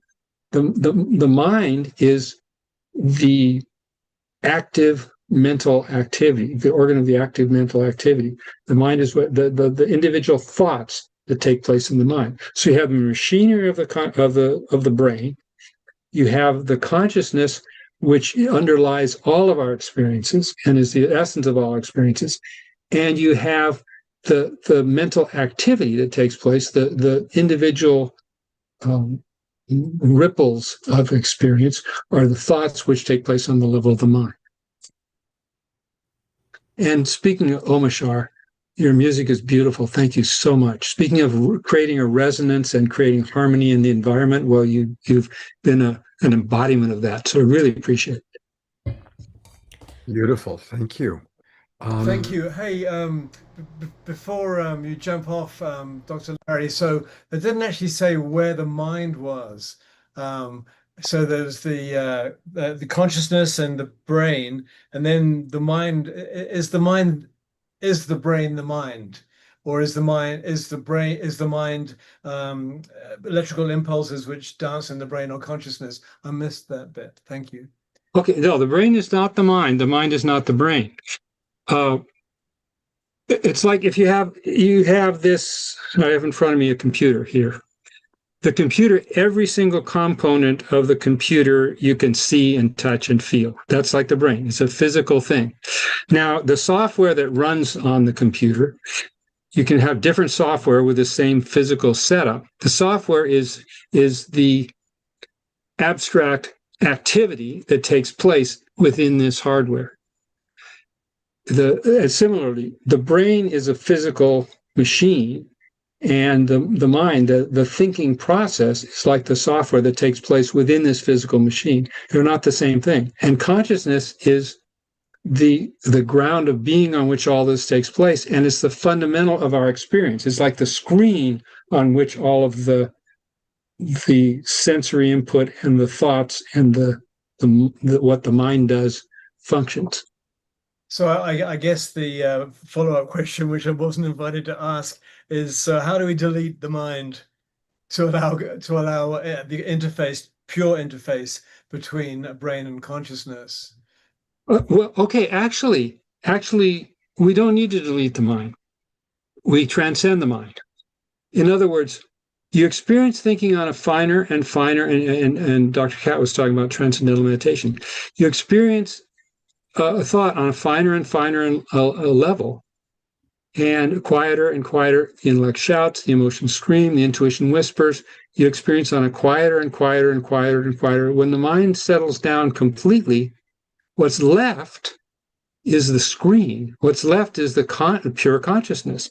So you don't have to delete the mind. And there are a lot of people who are try to stop thinking. The mind is like a monkey. You got to stop it from moving. You don't have to do that at all. Simply you transcend. You can experience thinking on a quieter and quieter and quieter level. You let go of even that, and all that's left is consciousness.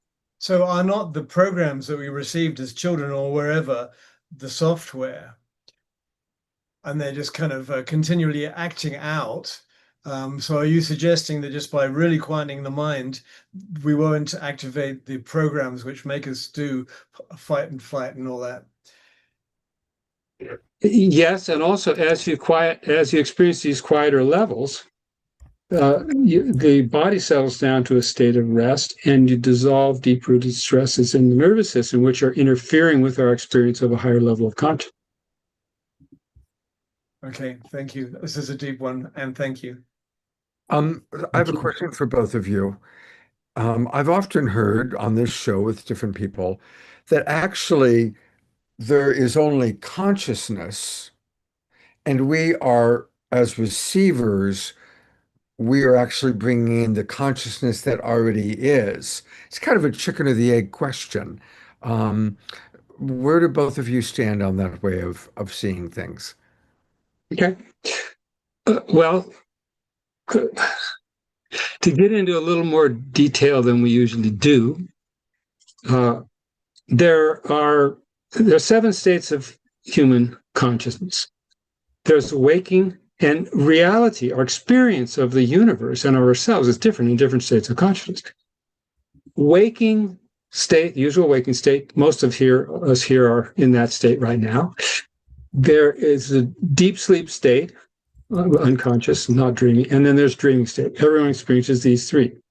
The 4th state of consciousness is transcendental consciousness. You experience this during transcendental meditation, and there's some other techniques which get you to that experience. You experience thinking on a finer and finer level. You transcend the finest level of thinking. You reach pure consciousness, unbounded awareness, conscious unified field. Now, when you return to your activity of the daily life in waking, dreaming, and sleeping, you bring more of that consciousness with you. So there comes a time when you have that full unbounded awareness all of the time. Waking, dreaming, and sleeping come and go, and that infinite consciousness is there all the time. That's a state of enlightenment or nirvana or nitya samadhi, or it's the 5th state of consciousness. You can call it cosmic consciousness because the awareness is unbounded all the time. Initially, you only experience glimpses of that pure consciousness when nothing else is there. There comes a time, as this dual state of awareness, you have infinite awareness along with all of the activity of waking, dreaming, and sleeping. Once you're in that state of consciousness, we've gone from the surface to the depths to the finest level to the transcendent inwardly. You start to perceive the subtler levels of creation outside, which you previously perceived inside.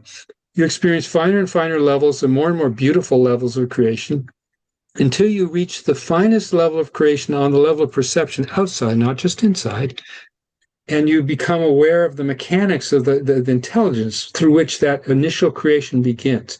And there are subtler structures that you perceive, like they're celestial structures or celestial beings that have bodies on these subtler levels. And as you perceive subtler and subtler levels, you perceive subtler and subtler levels of structure of the universe and beings that inhabit those. And when you reach that finest level at the first impulse of creation, you become aware of the intelligence that creates that creation, and that's known as God consciousness. And which is the 6th state of consciousness. From that level, you begin to perceive, being in that level for some period of time, you begin to recognize that actually that never even happened. Actually, it's just the vibrations of the infinite. So there's nothing there but the infinite. So sometimes you'll see, well, there are these debates. Well, one says, well, there's infinity with outside, but then there's this material world outside. Or no, that's not it. It's just all one. Well, it depends on the level of consciousness. From the level of unity consciousness, 7 states of consciousness, there is only the infinite, and it appears to vibrate into the relative world. From the level of waking state of consciousness, there's only the relative world. We're not experiencing pure consciousness. So knowledge and experience are different depending on the level of consciousness. All of those are true depending on all of those are true descriptions of experience. So when we say the ultimate reality is oneness, yes, and you can experience that on the level of consciousness, or you can experience the different stages getting to that. Dr. Kat, Victoria, what would you like to add or ask or share? Yeah, I the way I like to share exactly that, what you just said, is to help people understand it more, or just to add to their understanding, is, when we're in a dream at night, we think we're that dream self. We think we're the dream body. But we were that entire dream, right? The beings you saw, maybe your dog was in it, the objects you experienced, even the empty space that you experienced, all of that occurred inside your mind. And you took yourself to be the dream body, but you were never the dream body. You were the consciousness holding the dream. And the same is actually true for here. And what happens as the nervous system starts to relax and we start to experience ourselves more as that unbounded awareness, is that our inner senses awaken and we start experiencing all these different levels within us. We start to experience reality more as a dream. You start to experience waves of energy out here and within the physical body. You might be able to see colors that you normally wouldn't be able to see. So our senses change as our nervous system changes, and then we begin to experience more of what's actually here that our brain and our nervous system are filtering out for the primary reason because we don't even pay attention to it. We think empty space is empty, and so we don't pay attention to it. Right? We take ourselves to be the body and everything else is out there, but really our mind, I think of our mind is all of this. The body appears in the mind. The physical reality you are experiencing right now is also appearing inside your mind. Yeah, thank you. Brilliant. Beautifully said. I was getting tripped up, but not tripped up. And I think you already talked through it when I was raising my hand frantically. But, years ago, back in philosophy class, when, my mind and my channeling abilities opened up. So my guides, before I knew what they were called, and we were trying to solve the mind-body problem. And we were trying to solve it from this idea of materialism, right? That there's this material world and that consciousness needs to be, has to emerge from the brain. And how the heck is that going to happen? And my guides I used to do this thing where I would go to the place beyond words. Again, didn't know what it was called, just did it. And, get this information, bring it back and share. And thank God my professor thought it was cool. But what I got from this information, and this speaks, I think, to kind of the crux, part of the crux of Omashar's question, but I'm not sure, is this idea that consciousness is not an emergent property from the brain. Right? It's the other way around. It's all incorporated in that. And so I think it's an interesting question how the brain interacts, and is part of this simulation or whatever you want to call it. But it's the other way around, right? Absolutely. And a fundamental misunderstanding of the materialist paradigm is that either consciousness doesn't really exist. It's nothing. It's just the material world. Or somehow consciousness emerges from matter. Whereas when we examine the table at the very beginning of this conversation, you go deep enough within the table, it's a pattern of vibrations. What's vibrating is consciousness, the conscious unified field. So matter emerges from consciousness, not the other way around. If you start out with the assumption that matter is the ultimate, the fundamental reality, you'll never be able to have something that makes any sense with respect to what consciousness is. And that's the way in which the materialist paradigm has it backwards. And that's why we need a scientific revolution to introduce the conscious unified field paradigm that has the correct understanding of where matter comes from and where consciousness comes from. So brilliant. You're spot on, Victoria. Thank you. Yeah. Well, this has been a fantastic conversation. And I am going to remind people of how you can get more of Victoria, more of Larry, Dr. Larry, more of Dr. Kat, starting with Dr. Kat. And it's easy to go to her website because it's her name, Dr. Gr. Kat, K-A-T, Lewis.com. And Dr. Kat, do you have a Sunday program that will be starting soon? I do, actually. Actually, it's an advanced group that starts this Sunday. So you would have to have taken the previous courses to get into this group. But I start a new beginners group in 3 months in the fall. Okay. And if people go to your website, then just sign up on your contact Yes. list and you'll Yes. stay in touch with them. Yeah. Thank you, Um, Scott. Yeah. Absolutely. And I just want to one more time remind people that there's a very exciting retreat that tonight's show has got me really turned on to wanting to go to. The Science of Creating Miracles, what this whole show has been all about, taking place at Victoria Shaw's beautiful place, August 20th to the 23rd. Again, that's down near San Diego, so it's in Southern California. And to learn more about it, go to cactusblossomretreat.com and click events, and that'll take you right to this page. Um, we are going to hear by video from Scarlett, formerly known as Tammy Scarlett, who, like Dr. Cat, is one of the women I just really respect a lot. And I did a pre-record with her this afternoon. So we're going to play that video in a moment. But I do want to remind everybody that this week is the start of our new season. And so if you haven't registered for the Global Peace Tribe summer season, don't you want to come twice a week to shows like this? And if you can't make it on a Wednesday or a Saturday, you sign up, you register, you get the links to all of our recordings because we record all these. And this is a show I am absolutely going to watch again and again because it's going to take me some time to fully comprehend all that has been shared tonight. So if you haven't joined us yet, and that's primarily speaking to all the people watching on YouTube and Facebook, on all of our broadcast partners, go to globalpeacetribe.com. Globalpeacetribe.com. Just click join the new season, verify that you're a human, and it'll take you to where you register. It takes about 2 minutes to do it. You'll immediately get the Zoom room links to all of our shows. And it's important to support us so we can continue to bring you amazing people like this and beloved Omashar and this beautiful Global Peace Tribe community. Um, uh, I don't know if you'll be able to stick around, Dr. Larry or Victoria or Kat. I hope you can, because I certainly would love to get your feedback on Scarlett's, what Scarlett shared. So if you can join us and stick around, great. If not, I understand it is the 4th of July. There are fireworks happening, there are parties, there's all sorts of fun stuff going on. So if you can't join us, I understand that as well.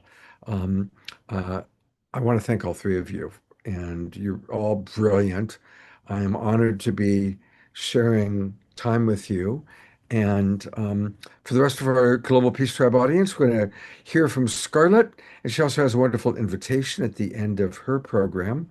And then we'll come back for one more song from Omashar, prayer time, and celebrating a couple of birthdays of our Global Peace Tribers. So there's still a lot about to happen.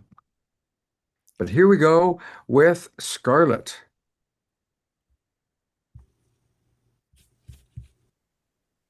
Well, we are the awakening world, which means we're on the edge of evolution, evolving into this beautiful new, whatever you want to call it, fifth dimension, awakened world, evolved people.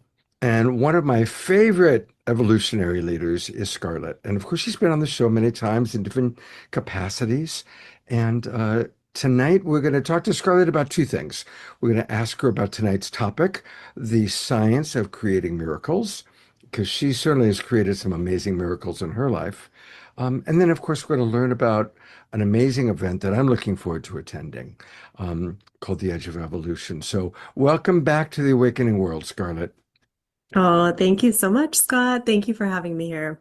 It's an honor, and I'm just delighted to be back in this space. And it also is this time of year where so many new things are unfolding so rapidly.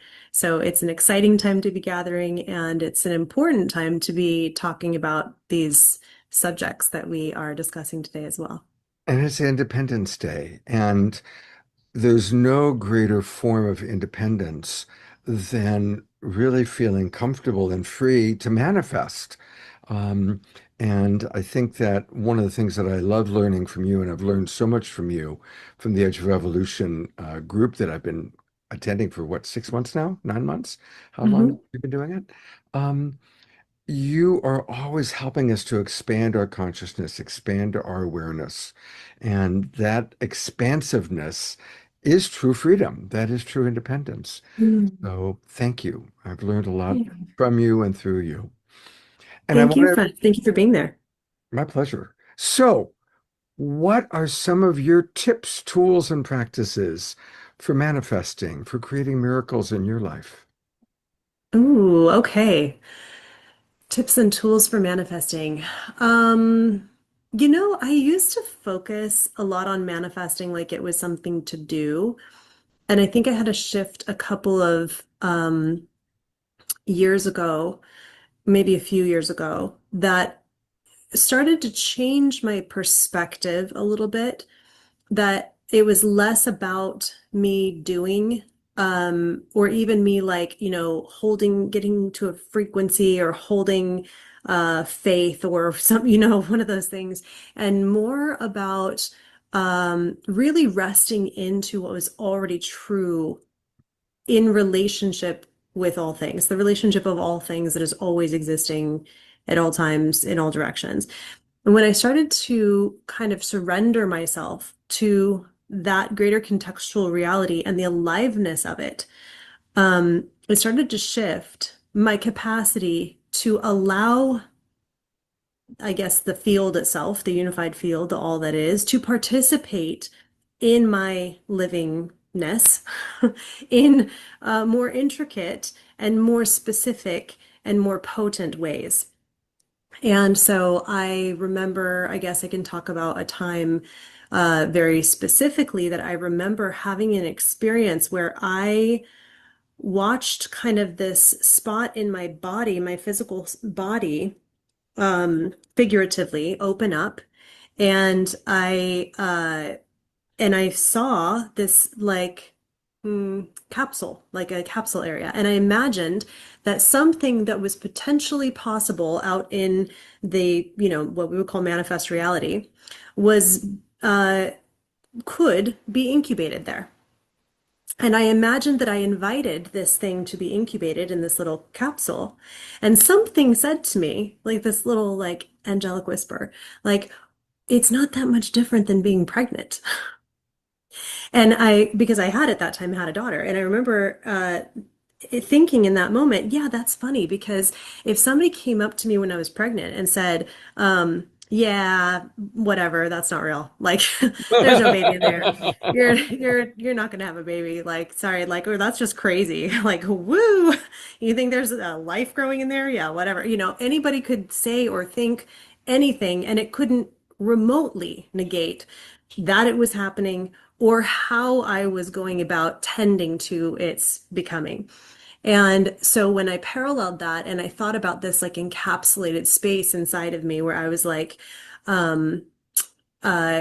perhaps housing some potential, I then wanted to do that even more so. And it shifted in my mind from being faith, what I used to think about as faith, to get myself on board with an idea or tune into a frequency or whatever, so that I could like maybe get there or maybe match it. It was not any doing. It was like, no, allow the thing that's already feels true, like my highest delight and desire inside, and that which could also already be true outside, to have a home in the 3D, in this interdimensional being, so that if it can rest in me and incubate in me, and I can say to everything else around me, I don't care what you think. 7.999 billion people could look at me and be like, well, that's not true. That's not going to happen. Like, doesn't matter. It's alive in me. I'm holding it. I'm incubating it. It's doing its thing. Like, this is my whole thing I'm doing right now is growing this in me, and then allowing it to come through in its expression. Because that was the other piece that I saw, is like, when you have a baby, you didn't actually get to pick like what, how it was all woven together. You were the housing mechanism to bring it through. And so I'm like, oh, okay, embodied faith in that moment took on this whole other life to me. And I started to see things as much more participatory, and that the things that could be brought into manifest reality, my contribution to that was embodiment, but also my contribution to that was tapping into my highest delight, really being able to get to that thread that's like, what do I love? What do I desire? When I sit on the edge of possibility and I wonder, what could things be like? What do I hope? Bringing definition to that is part of how I contribute to this all around me, because all the waveforms, they're dancing in all directions at one time. They need some specificity to be able to land and come through. So when I tap into my highest delight, the waveforms get to play through me when I've landed in my specificity of that moment of highest delight. And now that contribution is like, oh, I found that and I'm doing my embodiment work. Come on and come play. And then there we have some manifest reality. So, Charlotte, I love that. I really got that. That's beautiful. I'm going to actually make a little segment out of that for everybody because that's a great tool. Really imagining that whatever it is we are visioning, longing for, imagining that we're pregnant with it and just letting it gestate inside of us. I love that.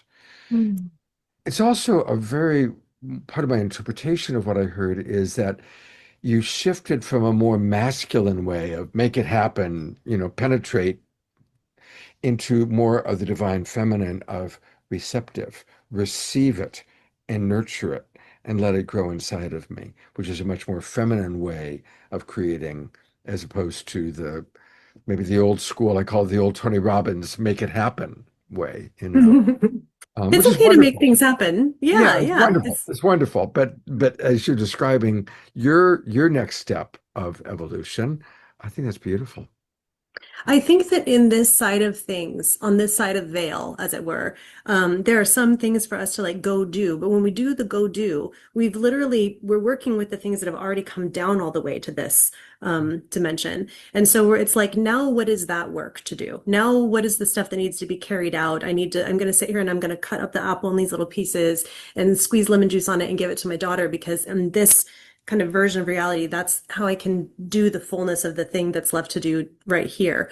But not everything is that. And so when we're just talking about our participation with the unified field itself or with the all that is, like there's an awful lot there that we get to tap into when we allow ourselves to move into the feminine, so that all those expressions can be exponential.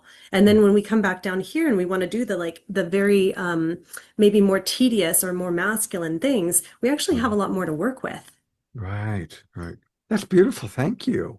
Thank you. Now, just before we came on, you also gave a wonderful tool, which I'd love for you to share. Do you remember what you were sharing beforehand? Which one? It was what led into into creating miracles. Oh my God. I don't remember. Oh my God. And it was so brilliant. And that's why I said, okay, we remembered it. She Okay, remembered so it. Charlotte remembered it. it took a second. Yeah, so the thing we were talking about just before was like a vision that I had in the middle of my lessons. I was really learning about money, actually, abundance and money, and how there's this big energetic shift happening around that on our planet right now. And in the vision, I saw a cup, like each of us as a vessel in a cup.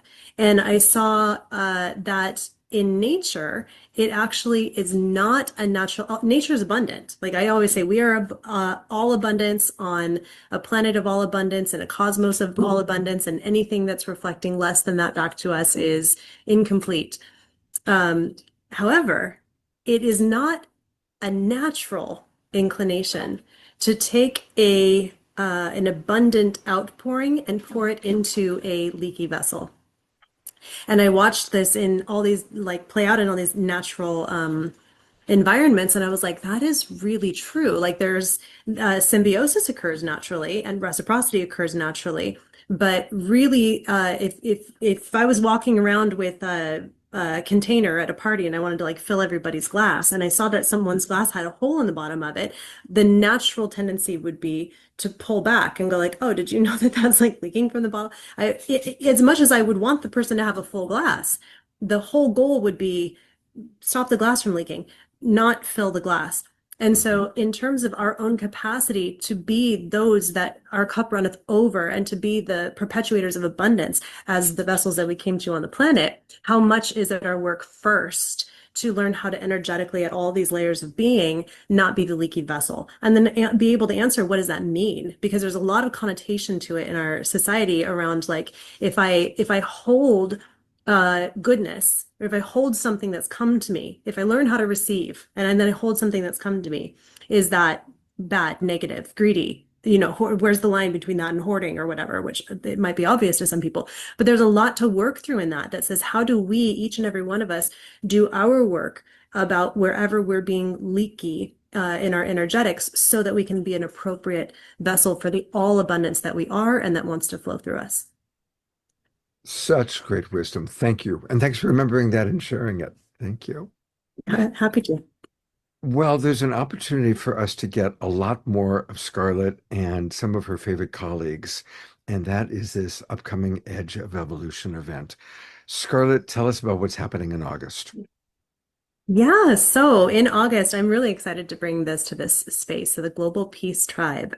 I have been trickling out there to some friends and talking about it really quietly, secretively on social media, saying there's an event, like contact me if you want to know about it. But it's happening at 1440 Multiversity in August 13th through 16th of this year. And it is happening I want to caveat it with something, because it didn't happen overnight. It's not like people planned an event and then all of a sudden, here we go, we popped up an event, come to it. This was done through sitting in meditation over like the course of a year, and having 1440 come up as a space in that, a bunch of people going to visit, meeting with the tree. There's a mother tree there that's over 1,000 years old.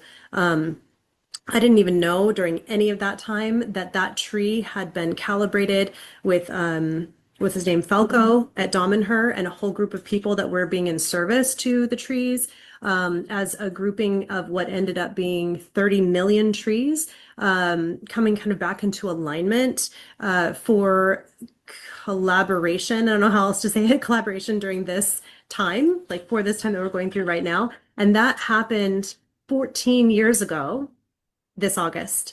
And then 7 years ago, this August, there was another event that happened there at 1440, also with the trees, that had to do with different kinds of, a different edge of evolution at that time. Nassim Harriman was there, a bunch of people, they did art crystals in the water, a bunch of the scientists and different groups in the consciousness space had gathered.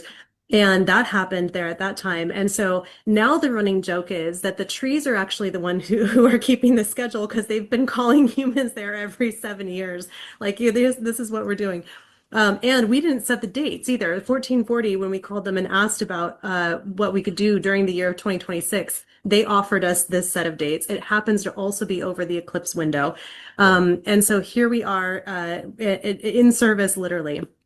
But if you have been feeling like maybe humanity is at this cusp of the edge of evolution right now, things are changing a lot, and that we have a role in that, we have a part to play, and we want to both explore what it is that's available to us as our capacities increase, our perception abilities increase, and we also want to increase our own abilities and capacities to be present, fully present, to do field coherence, to tend the fields, that all of this vast capacity building is going to happen within. Then Edge of Evolution is probably exactly for you. And so I'll screen share for a second to show a little bit about the event. Oh, how do I do that here? Give me a second. I have to be able to do it with two screens. Go ahead, Scott. Sorry. Yeah, no, just have it up on your desktop and then go to screen share and you'll be good. Here we go. All right. So this is it. Edge of Evolution, an immersive journey in the Redwoods. Time to pause. So presence is going to go before us here at this event. coherence and tending the field of coherence will go before us as well. This isn't just about like running out and like spoon bending and like doing blindfolded sight and all those things, although you very well may. There's people that lead those things there. But it really is about doing the deeper weaving of what's going to help our species capacity to expand in right relationship at this time. So you can see here, why now, why this, why us? This is a moment that's asking us to stabilize in this expansion. And one of the things that I picked up in talking with you and Teresa Collins is it's not so much about this speaker at 1 o'clock and the speaker at 4 o'clock, but much more of everybody who's there participating, connecting, conversing. It's a different Yes. structure than normal. That's so correct. Yeah, we say no sages on stages. So this is like just all of us together. Now there's going to be people helping with facilitation, but even with that, like the main stage and the main gathering hall is being turned into an altar, and the configurations of seating is all going to be circular. And anybody who's helping, which there's never just going to be one person, would be interspersed with people around the space. And then there will be a choose your own adventure arc. So for that part of us that is feeling like giddy, like little kids about exploring our own capacities at the edge of evolution and what that might mean, then there are different little things we can break off and go explore. And each person's journey will be their own, certainly not separate from the trees, because the trees will be part of that. The little Dom and her machines are going to be there so that the trees can sing while people walk by, and they'll change their tune, you know, according to who's there. And so, yeah, the choose your own adventures. Here's some of the people that are coming. Each person who's coming is also participating and contributing to the container, right? So everybody's bringing something that is their own weaving. These are some of our community leaders in different spaces, and the invitations have been extended to them to invite their communities as well. And of course, that beautiful, beautiful redwood forest that we see there. Beautiful. Yeah. And I My saw screen's a lot still of our favorite people, Global Peace Tribe wise, Julie Kroll, Teresa Collins, Marshall Efforts, who's been on recently. So just a Yeah. lot of really wonderful souls will be there. Yeah, and some gorgeous, you know, music and art curation.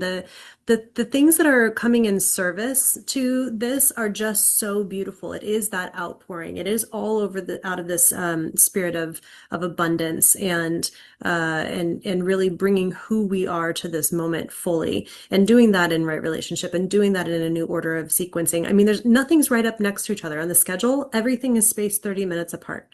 I've Mhm. never seen a schedule like that before. That is like, you know, you go to something and then there's a 30-minute gap. It's so that there can be this spaciousness, so that we learn how to find our breath and pause and stillness, so that all the things that are waiting to happen in the subtle realm have room to do that, to come to life. So we have put together special for Global Peace Tribe and Awakening World, a special contribution code to contribute $444 towards the tickets of anyone who comes through this group. And I have sent that all over your way, Scott, so we can make that available to everybody today. And also, we've set up the pricing in a way. 1440 is not a cheap place to be. It's all inclusive. It's a state-of-the-art facility. It's a fancy schmancy place to be, but they contributed to us, so we were able to bring a large amount off of the pricing. And also, we set it up on a very wide range of pricing scales. So there's contributions that can be made all the way up to $8,800 for a suite if somebody is like in that sponsor capacity, and that helps to offset the pricing of tickets in the scholarship range, and then all the way down to scholarship tickets that come in at $24.44 for the 4 days. And so all of that is online, and you can click on whatever works best for you. Reach out to us if you have any questions or if you are in need of any other assistance in any way, and we are really happy to help and accommodate. If you know that you're supposed to be there, let us know. We want to hold this field in coherence, and we want to be with these trees with you. Beautiful. You said it quickly, but for people who don't know what you meant by the Daman her ability to hear from the trees, can you just describe what that is? Because some people might not Oh know. yeah. I mean, yeah, in general, I feel like when I was little, I used to have this hope, this wish, I don't know where it came from, but I would always be like, I wish I had a grandmother who would go out to take me out to like a field and make me like crouch down with her. And she'd wait till like a little rabbit hopped across and she'd say something like, consider the rabbit. Like this is what you can learn from the rabbit. The rabbit teaches us this and that. I remember yearning for this. I'm like, I wish that I had that in my life.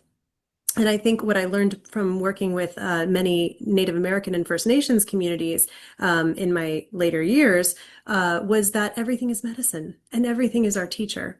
And so when we do decide that we're just going to change our listening ever so slightly and lean in to what the rabbit might be saying or what the tree might be saying, we do learn.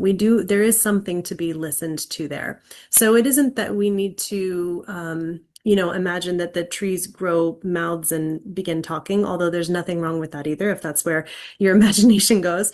But it is more that the trees they're always playing their part in this greater sphere of things. And we couldn't possibly know what the whole spectrum of that role is, but they do. And so if we tune in and align a little and allow them to share with us by not because they overtly are speaking in a human way and we're anthropomorphizing them, but because our listening has deepened and become sensitive enough to receive the truth of their essence and what they're doing and being the whole time. Like that is really listening to the trees. That's really being a responsible steward of the fact that we're interdimensional beings, because it's putting us in a position to then take into consideration the roles of all the stakeholders that are in this environment with us. So we get to do that in a place where there's a very, very ancient tree who holds the codes of all those years where it stood. That goes way beyond what a tree might hold who's been there, 60 years or even 100 years.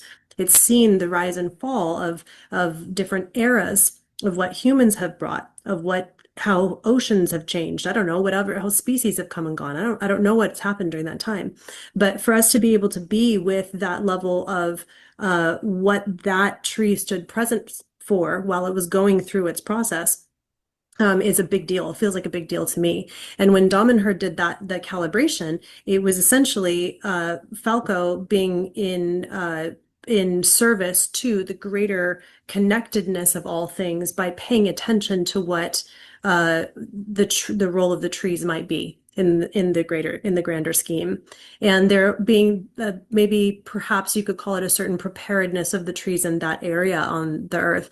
I mean, I don't know if you guys have ever noticed this, but when you go to a place, places can feel different. Places can hold energetics differently. Like if I go to this city or this, other city or this place in the middle of nowhere or this particular hill or something, there can be things that just feel different about it because land has its own dynamics for what it stands for, perhaps its role that it does, but certainly its energy. So that's what we're looking at here is this very special redwood forest that has been up to something wonderful for a very long time, and people all over the world, because Damanhur was in Italy, by the way, people all over the world were connecting with it on purpose for this purpose, which is that for such a time as this, we could be stewards of consciousness and this change that is upon us for the best and highest good. We could have a whole conversation about Damanhur because it is quite an extraordinary talk about edge of evolution. Damanhur is very much on the edge of evolution. And Oh yeah. and for anyone who doesn't know, we won't go into a lot, but there are even people who claim that they've experienced time travel while at Damanhur. It's definitely a very extraordinary community where fascinating and interesting things are happening. And Yeah. the Redwood Forest in August is going to be where I look forward to being with you, Scarlett, and hopefully many of our Global Peace Tribers can join us. Happy Independence Day. I know you have a daughter who's waiting for you right now. Yeah. So thank her. and your little dog for letting me have some time with you. And thank you for Oh, these thank you. wonderful tools and practices. And I look forward to my next connection with you. Oh, me too, Scott. Thank you so much, and blessings to everybody who's here. Take care.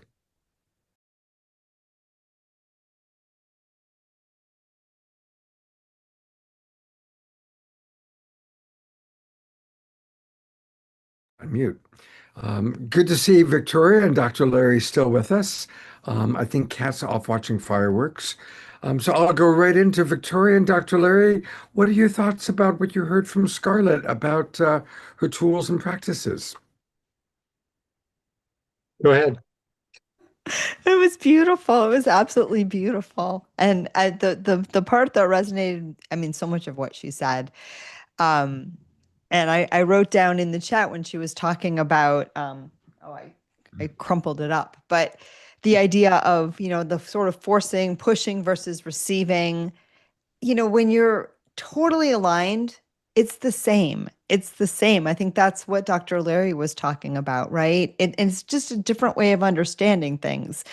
But, when that action is aligned, it's not about making something happen, and it's not even about letting something happen. It's the same thing at the same time. And so it just made me think about that aspect. And that's really what it feels like when things are really, really aligned. It feels like flow, right? So I loved that. Yeah, I noticed you also really lit up when she talked about the energy of a space. It's my favorite thing. I love to try it's hard to explain to people that my favorite thing to do when I travel is walk around. Is just walk around and feel where I'm at. Like sometimes I will see things so I can tell people I've been there. But my favorite thing to do when I'm exploring a new area is just to walk around and feel the energy. And so I loved that she said that. And our world is such a beautiful place to explore, and different places, different both natural and non-natural settings. They have their own stories, they have their own energy, they have their own history. I mean, it's beautiful. And I love my trees as well. Trees and rocks. I talk to rocks. Rocks are just also my bestest friends, and bodies of water. Wow. Yeah. I So I just love that. I love what you said about trees as well. I mean, trees don't have the same kind of intellect that we do, and yet they're experiential in a way that can be very long lasting and profound and subtle and energetically resonant. Something that really I found mind opening was when she was talking about how creation is like birthing a baby. This is something I really have not had experience with. And yet it was really brilliant. You don't have to like build it brick by brick. It's nature is doing it, and it happens spontaneously. And again, it's experientially, it's beyond my realm. Yet I found it really just delightful to as a metaphor, an allegory, or a reality that shows, along with what Victoria was just saying about how creation is a spontaneous, natural process, not something that we're doing. Well, we have some comments and some questions for all of you. First off, I wanted to just read a beautiful comment from Ayada. And let me go back and find it. She says, "Tonight has been a game changer for me. It feels like all the insight and experience I've had over a lifetime has suddenly entered a synthesis zone, and it's all starting to make sense in a much larger, comprehensive, and profound way. I'm starting to see the roadmap through these momentous times. Thank you, everybody." So that makes me very happy to read that.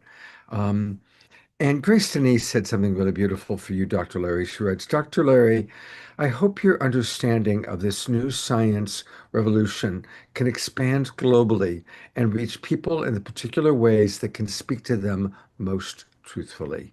Absolutely. And then there's been several questions. So now we're getting to the question part for both of you about free will, divine will, destiny. where do all those fit into this matrix of understanding? You want to hit it, or I'm yeah.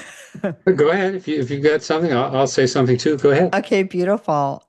I think, someone was saying free will or God's will, or it's the same. It's the same ultimately. And the way it's been explained to me is that part of the human experience, right, is the free will is, where we can explore anything, we can do anything, we can create anything, and we can forget, that we are a little finger or a little emanation of the one divine source, right?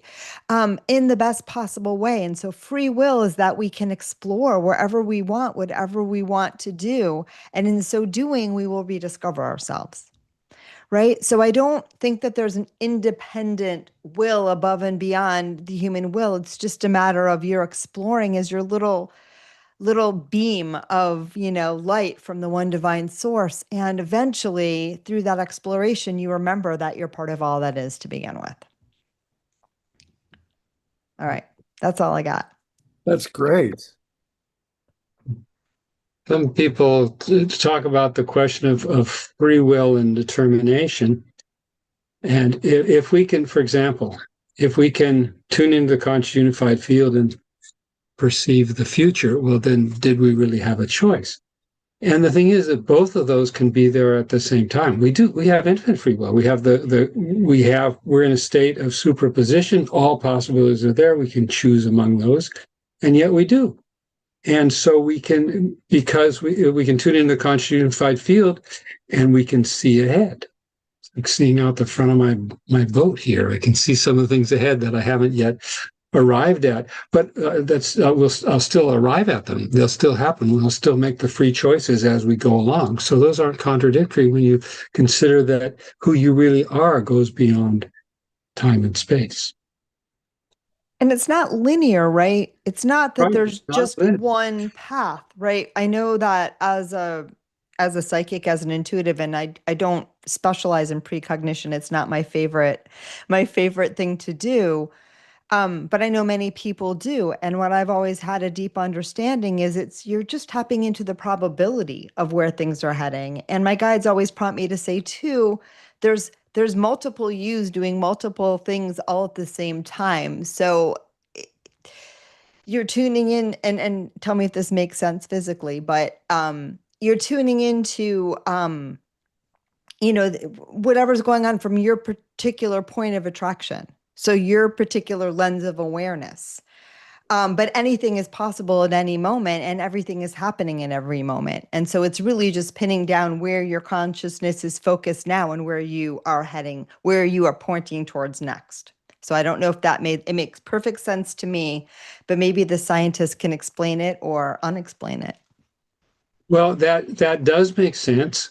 And keep in mind, of course, that life is an experience. Life is not the universe is an experience. The universe is not a thing. Life is not a series of events. It's a series of experiences. I'm going to read something from Erwin Schrödinger, who is one of the founders of quantum mechanics, a very straight, hardcore scientist guy, not a mystic of some sort, not a woo-woo guy. I mean, the Schrödinger equations are what describe the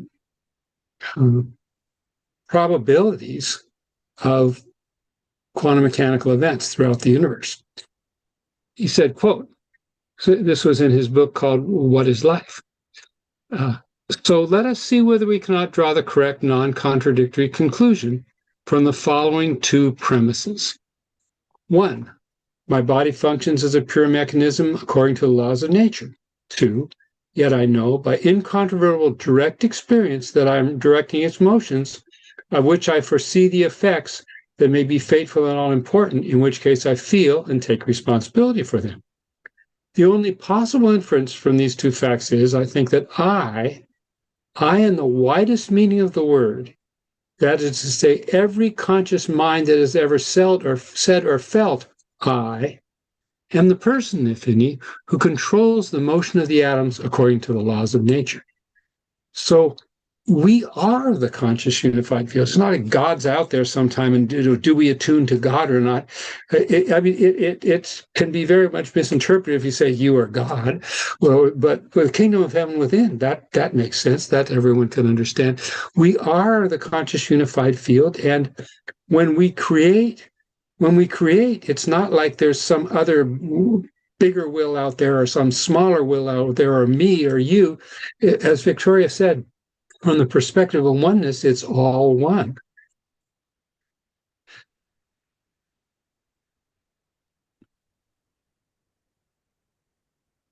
Yes. I was getting ready to. So here's a beautiful. I want to read some of what Rihanna wrote, and then that leads to actually something I want to share, and then I want to ask. She brings up, "My will is thy will," and that speaks to me because my primary mantra that I run when I'm noticing that my ego is getting the best of me, my way of kind of pulling it back is I do a mantra of "My will and thy will are one." My will and thy will are one. And that just helps me to kind of pull it together. Rihanna continues with, there are levels of self with free will. So there's a part of receiving this higher self will, soul will, great spirit's will, the will of creation, and we have threads to it all, which is very, very interesting, and I agree. Now here's the question for the two of you. Studies have shown that most people on the planet, regardless of their religion or their culture, believe that we are living in a time, some people call it Armageddon, some call it the apocalypse, some call it an awakening world. But it's a fascinating moment in time that almost everyone polled and questioned, regardless of where they live and what they believe that this is some sort of an end time or new beginning or something. So if indeed there's truth to that, there's the majority of the planet is holding the vision that we are on the edge of evolution, is what Scarlett calls it. Some people believe that there's a bifurcation coming or a trifurcation coming,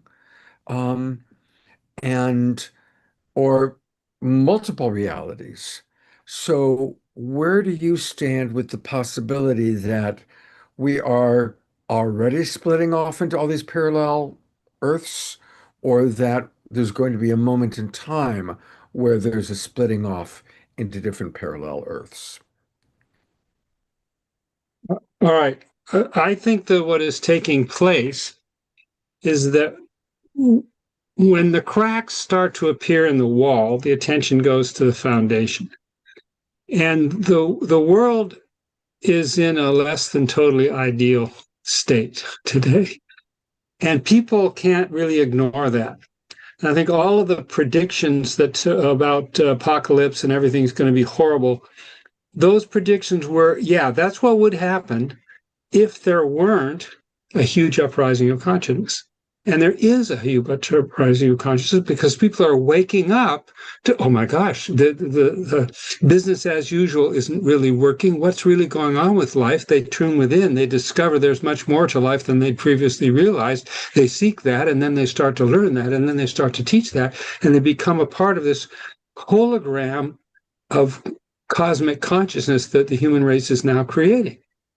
And all of the negativity that I see, I just talked about this a little earlier, is the disresonances on the way out. I mean, cockroaches are sensitive to light. Light hurts their heads. So they turn around, so their behind gets between them and the light, and they go away from the light. So the disresonances are being, in a sense, awakened. But that can go two ways. The disresonance can become awakened and dissolve the disresonance and turn toward the light, or the disresonances can be thrown out. Like you sweep the dust out of the room, you kick some dust up in your face. So all of the disresonance that we see in the world, all the disharmony, it's the disresonances, the kinks in the collective consciousness are being dissolved. And I think where we're headed is one unified collective consciousness of peace and harmony, an age of enlightenment. Now, I think there are going to be some challenging times, but there have been some. There will be some even more challenging times between here and there. That's where I think we're going. I think what's actually happening is a huge uprising of enlightenment, and everything else is a sideshow or a byproduct. Yeah, that pretty much sums it up. I also think, I mean, and this is what's been shown to me again and again. We're at a time where, as awareness of the level of vibration or level of expanded awareness of more and more people on the planet, more people are living from the soul lens predominantly than, not more people, but more people relative to before are living more from the soul lens versus the lower egoic lens. And so because of that, it does a couple of things. One, it illuminates some of the stuff that's been there all along that's been a little funky. And more people, too, are reacting to it, because all of a sudden now things like war, things like power over, things like, inequities in sexes and gender, all of these things now, there's a huge proportion of the population that says that doesn't feel right. That doesn't feel good. Whereas before, these things were just accepted as this is how things are. Maybe, I take over your village, I rape your women, like this, I take all your stuff. This is how life is supposed to be. But you see, now there's so many people on the planet where that doesn't feel resonant anymore. And so I think that some of the teachings about that separation or split, I want to get this from the guides, but it's really around helping people to do a couple of things. One, recognizing that things look worse because of the difference between a lot of the higher bandwidth of consciousness right now. And now we're seeing all of these things again for fresh eyes. And so, when you go through a new evolution, you start to really notice where you're out of alignment, and those things get really loud and extra uncomfortable.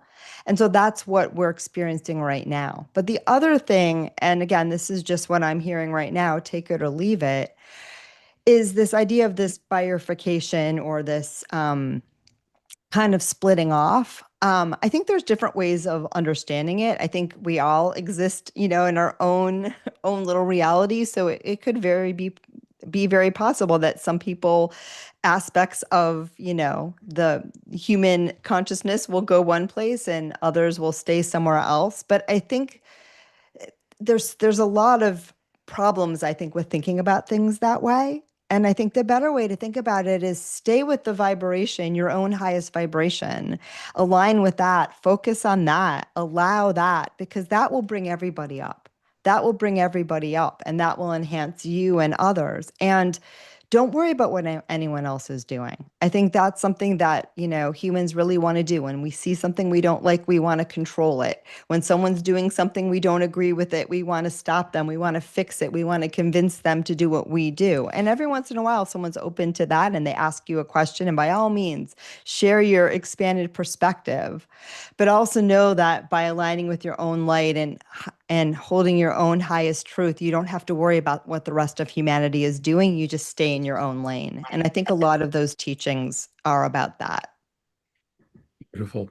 Yeah, one of the things, and this is one of the main reasons I do this show, is because I do want us to have a very positive vision for the future. Yeah. And sadly, most Hollywood movies, most television shows depict the future as this, post-nuclear war, dystopian, terrible society. And I so appreciate every now and then when there's a positive vision of the future, because that's so important. Now, speaking of positive visions for the future, we were joking in the green room before we came on the show tonight about what if somebody asks a question about aliens in Florida.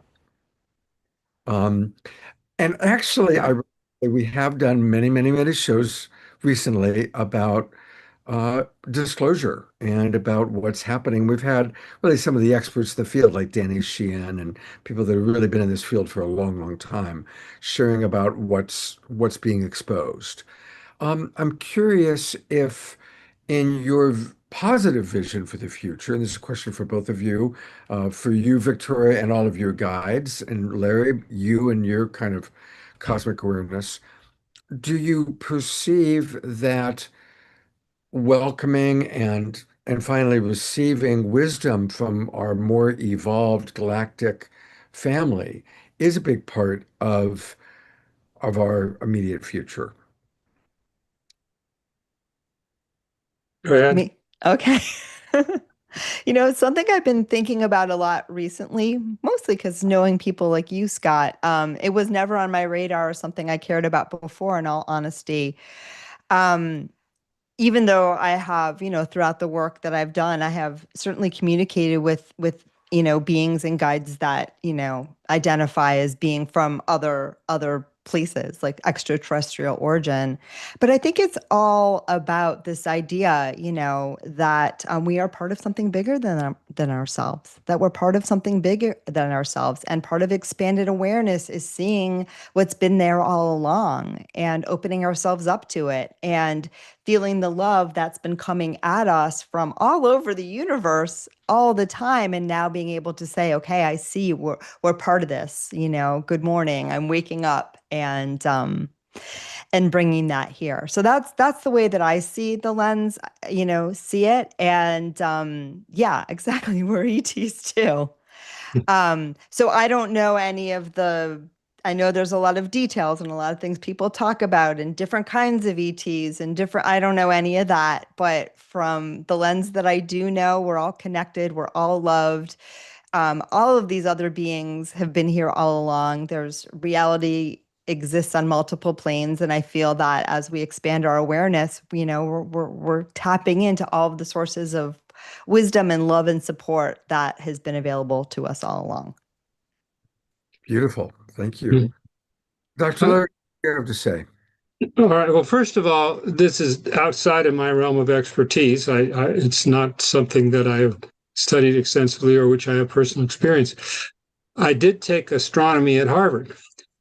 And what my professor there said was, if you ask any competent astronomer what the probability is that there is intelligent life elsewhere, let's say that if we have a planet that's just like Earth in terms of its ability to support life, let's say whenever that happens, there's 1 in a million chance that life will actually arise. Well, if that's the case, then there will be trillions of other places where it's arisen. So, I mean, when the Hubble telescope pointed at a spot, there are stars and galaxies all over the place, so they pointed at a little spot where there was nothing, and they kept it pointed there for a long time so they could pick up very faint bits of light, and that exploded into more and more and more and more galaxies. So the probability that there is intelligent life elsewhere is people who think about it mathematically is a virtual certainty. And so we have had accelerating scientific development maybe for 100 years, maybe you could say for 1,000 or 2,000 years. The Earth has been around for something like 4 billion years. So where will we be in another 100 years? Where will we be in 1,000 years? Where will we be in 1,000,000 years? Where will, if we manage to survive, where are we going to be in a couple more billion years with an exponentially accelerated development of technology? Well, we'll be pretty far ahead of where we are now. So given the probability of other intelligent life elsewhere, and given how much longer some of those planets have been out there than we have, the probability that there are very highly developed species elsewhere is high. I haven't met them. However, the probability is high. And the way I see the universe is we all come from the conscious unified field. At one level, we are all one. Where it's the universe is resonant frequencies vibrating from the same unified, infinitely harmonious field. So I don't look at what's out there as being terrible and threatening. I look at what out there as being potentially harmonious, potentially something we can learn from, potentially some beings that we can teach. So I look at the universe as being ultimately a harmonious place. And yes, there's light and darkness and positivity and negative and all that, but I see all of this as part of a unified rise in the level of consciousness that we're experiencing here on Earth today. Yeah, absolutely. All right, last comment and last question, and then we've got it's 9 o'clock, and you guys have been amazing staying longer, so thank you so much. Ayada writes, I imagine that in time we will also be traveling the universe, and less advanced civilizations will be debating whether there is other intelligent life in the universe. Absolutely. Rihanna writes, and this is an interesting question. If we can embrace that there is no matter in terms of how we have previously believed it to be so, then isn't it time to realize that the planets are not physical objects? How does that one land for each of you? You got to take that one first. Okay. Well, the planets are physical objects on the material level. They also, like everything else and everyone else, also has subtler aspects to them. And again, this is astronomy. Astrology is not my expertise. However, it's not unreasonable to think that planets are not just rocks. The Earth isn't just a rock, and our body isn't just a bunch of chemicals and electrons and neutrons and protons. And it stands to reason that planets themselves and different celestial bodies and configurations of celestial bodies not only have their physical nature, but they have subtle energies. Victoria was talking earlier about places. Places have a resonance to them. Well, there's no reason why big places that circle around the sun don't have a resonance to them as well. Again, what those resonances are isn't something that I've really studied. It's outside my realm of expertise, but the phenomenon being real stands to reason. Beautiful. That makes sense. All right. Final thoughts from both you, Victoria, and Dr. Larry, and then we're going to take a look one more time at your websites. All right. I want to give him the last word. So my final thoughts are thank you, Scott. This was so much fun. And thank you, Larry. Thank you, everyone. And can I just say something about the day that we're on today in the United States and the 250th anniversary of our country?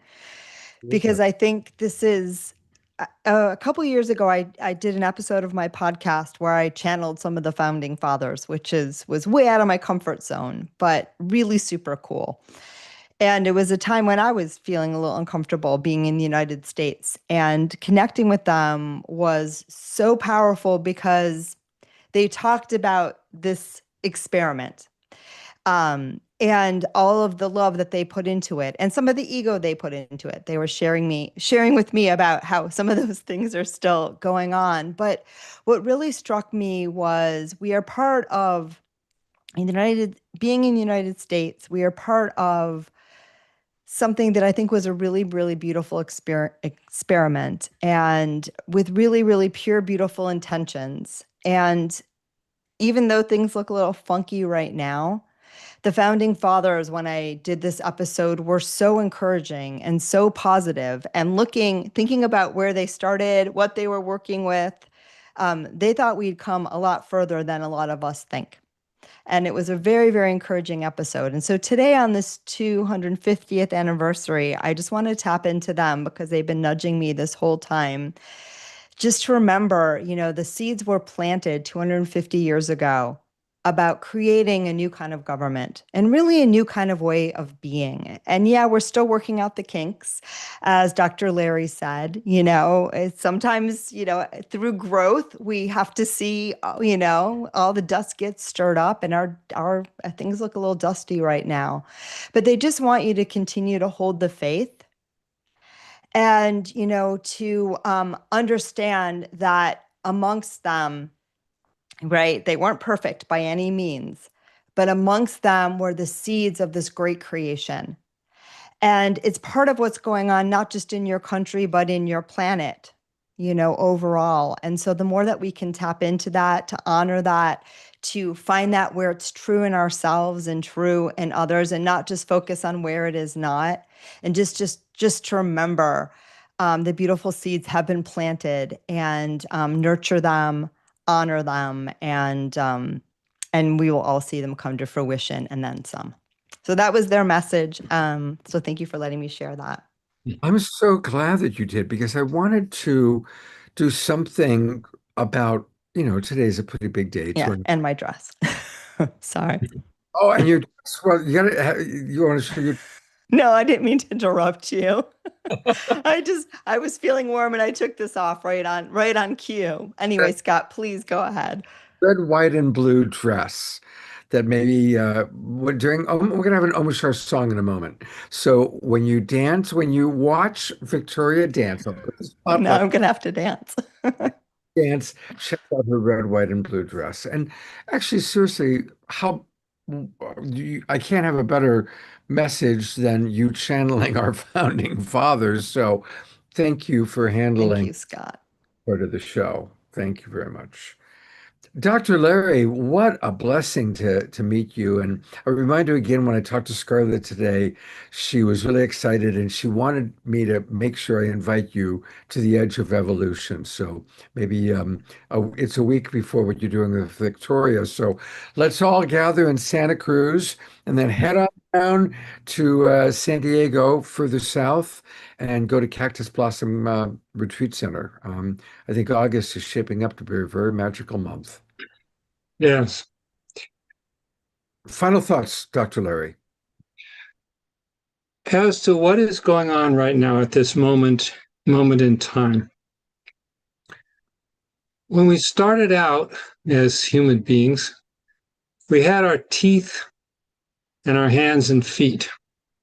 And then we developed tools. And the tools allowed us to do more in the world, to have more independence from our environment. And that was at the material level. We went to a somewhat subtler level and we discovered fire. And that gave us much more power, much more independence from our environment. We could now cook food. We could stay warm during the winter.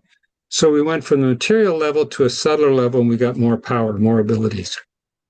When you combine tools and chemical reactions, we went to the chemical level, we got the Industrial Revolution, and a lot of the things that we had to do physically could then be done by machines. We go to a deeper level, so we went to, a deeper level of creation. We go to a deeper level of creation than that. We go to the electronic level, to the electromagnetic field, and that gives us instantaneous communication. It gives us the ability to create this podcast and have our pictures and voices all over the world. It gives us the ability to have computers. It gives us potentially AI, and some other time we can talk about AI and how to integrate human intelligence into AI, which is something I have a couple of patents pending on. So we go to a deeper level. We go to the material level, the chemical level, those combined levels. We go to electromagnetic level, and each level gives us more power. We go to the nuclear level, the subatomic level. That gives us much more power, much more command of nature, and it also puts us in a situation where we could exterminate ourselves, which we never could have done before. So with great power comes great responsibility. We have more abilities, more responsibility. As when we go to a subtler level, there's much more power available to us. What is taking place, in my view, in the world right now? And I think the founding fathers had a pre-vision of this even 250 years ago. What is taking place now is that we are going to a more profound level of creation, which gives us a level of a much greater power, much greater ability, much more attunement to nature, and much more ability to create from a deeper level of nature. From the quantum mechanical level, we go to the level of the conscious unified field. And I think when we look back from, say, 1,000 years from now or 5,000 years from now, what happened during this period of history. What happened was human beings brought within the realm of human exploration, scientific proof, scientific understanding, and practical application, the most fundamental level of creation, the level of the conscious unified field. And from that level, we were able to create a whole new world of harmony, in tune with ourselves, in tune with each other, in tune with the fundamentals of creation. And together, we create a hologram where the whole is greater than sum of the parts. When we're functioning from that level of the conscious unified field, that's a level where we're all one, we're all the same. When we come together, we create a hologram, each radiating from that level. We have the possibility, and I think that this is where the world is heading, to a world of harmony where the primary resonance is one of love and unity and connection between all human beings. That's where I think we're going, and I think we're at a transition point there. I think you're right on. I think you're absolutely right on. And, you're such an inspiration, Dr. Larry. And Victoria, you know that I love you. And boy, you knocked it out of the park by bringing Dr. Larry on tonight. It was interesting. We had a whole other show planned for today, and it got postponed to next month. And at the same time, I met Victoria and Dr. Larry, and it was like, is there any chance you guys can do 4th of July? And miracle of miracles, they said yes. And then I, reached out to Scarlett and Dr. Kat to see, because I thought there'd be great add-ons. And this has turned into a really wonderful show, and a show that I encourage everybody to watch it over and over. We will post it on our YouTube channel tomorrow. I'll send it out in an email to everybody. This is a really important show to present to people, especially people that are feeling skeptical or cynical or worried about the future. So God bless you both so very, very much for what you're doing and being on our show. And I want to one more time just remind everybody, especially if there's people who maybe tuned in a little bit later, that a wonderful place to go is to the Cactus Blossom retreat site. And so if you go to this page, cactusblossomretreat.com, that is the wonderful place that Victoria is the steward of. And then go to where it says events, upcoming events, bing. And that, of course, takes you right to the retreat that I'm really excited about. August 20th to the 23rd, The Science of Creating Miracles with Dr. Larry and Victoria. And it's going to be amazing. So I really hope that many of our Global Peace Tribers will come to this. And also hopefully many of us will come to Santa Cruz. So we've got back-to-back amazing things happening. And tonight has really been something. Dr. Larry, it's amazing to meet you. Thank you so much. Victoria, love and adore you. And we still have a little bit of show left. We are going to go to Omoshar for a song. And then we're going to celebrate a pair of birthdays, and then close out with tonight's prayer circle. But here he is, Mr. Red, White, and Blue, which is impressive considering he's a Brit. And then we took the country away from your people. Our people took the country from your people. Sheesh, there's only one of us here. Oh, that's right. Okay, we're good. We're good. Anyway, that's another lifetime. Ooh. Turning to the face of those who need the light of truth to help them turn the other cheek and turn around. Lift each other up into the highest point of view so that together we can move to higher ground. 2, 3, 4.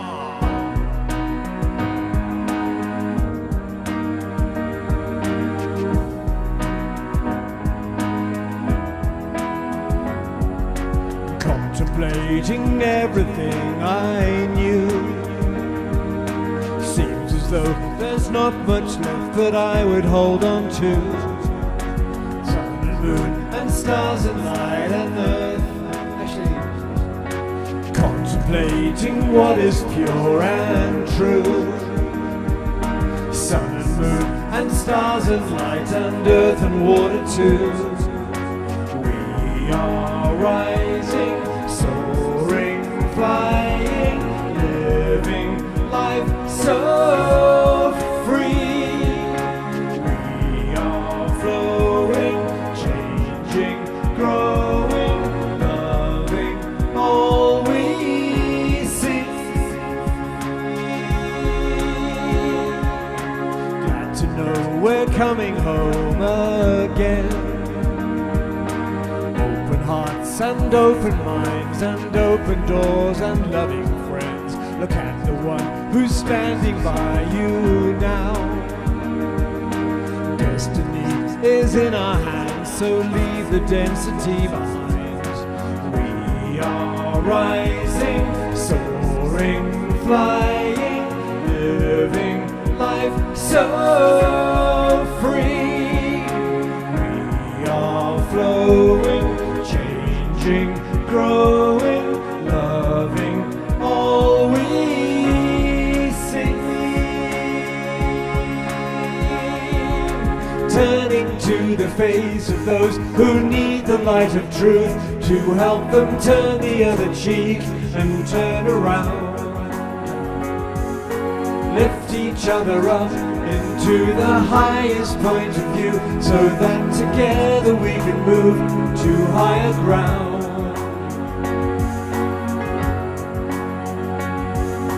Contemplating everything I knew, seems as though there's not much left that I would hold on to.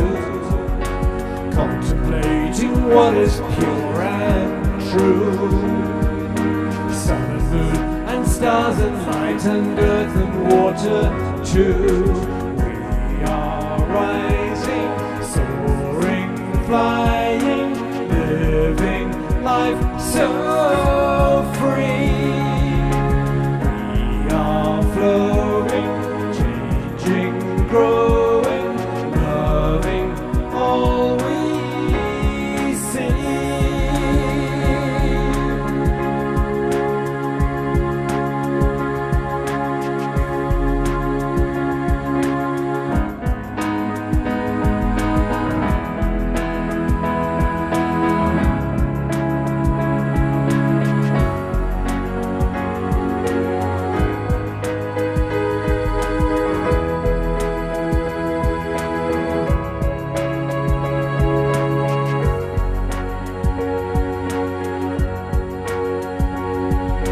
Contemplating everything I knew, seems as though there's not much left that I would hold on to.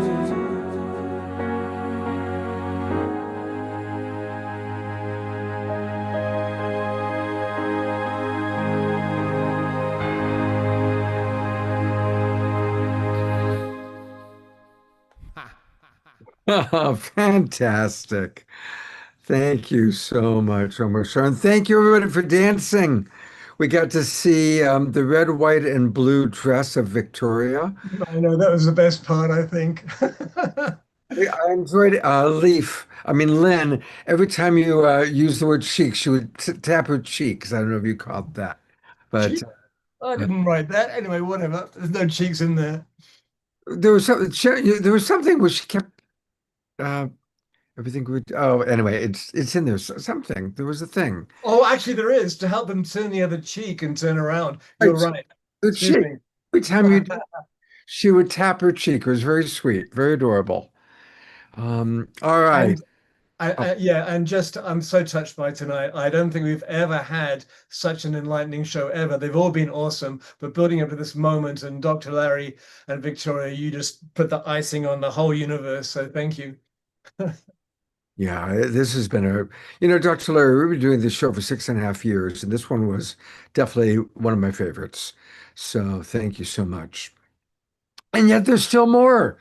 We have a couple of birthdays to acknowledge. I'm going to acknowledge the first one. And DR, if you can put more light on, you're getting really, really dark. But I want to put our our dance team is often led by Adora. And I love that you're dancing tonight with the American flag. How perfect. And it is your birthday.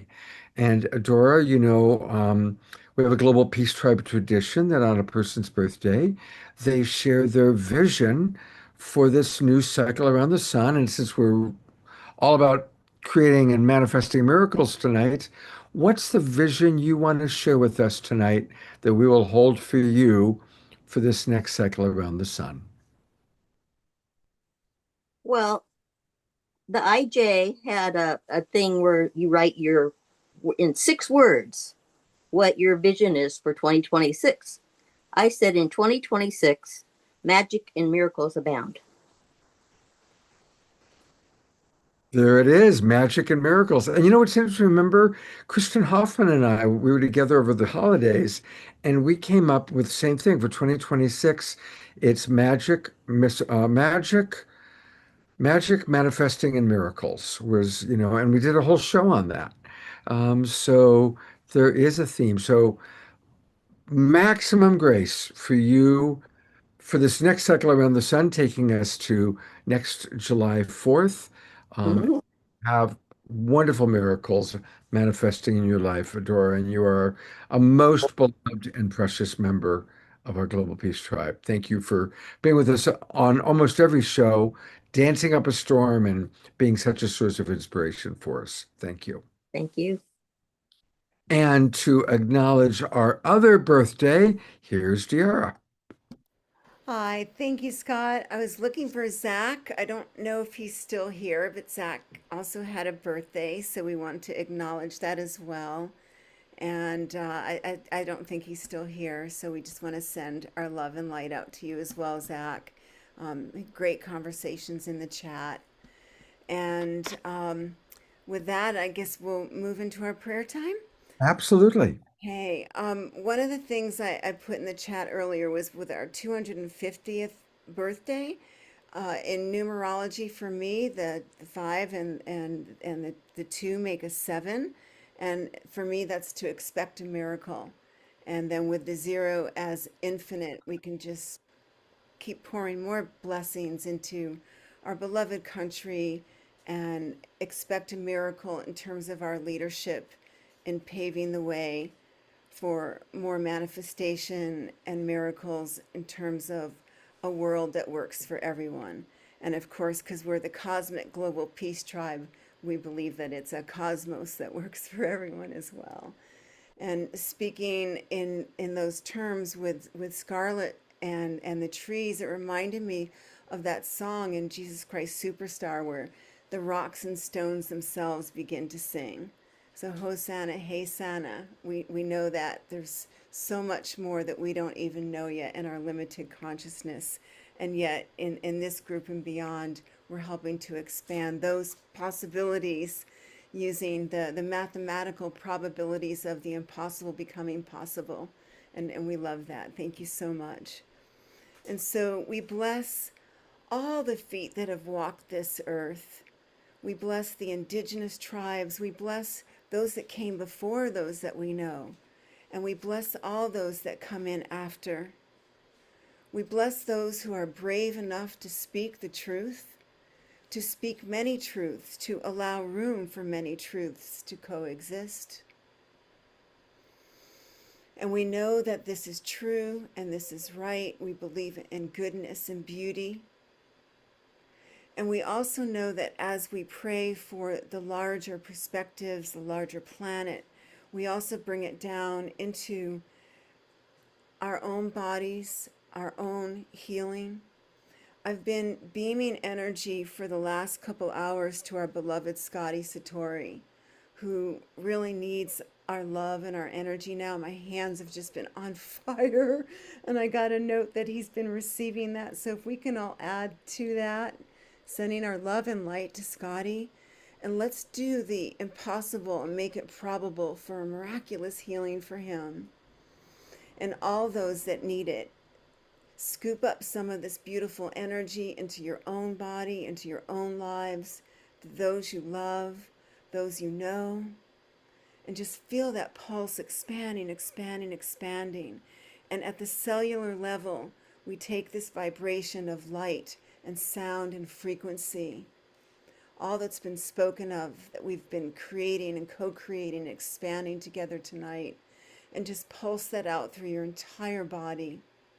Healing, healing, healing through love, through light,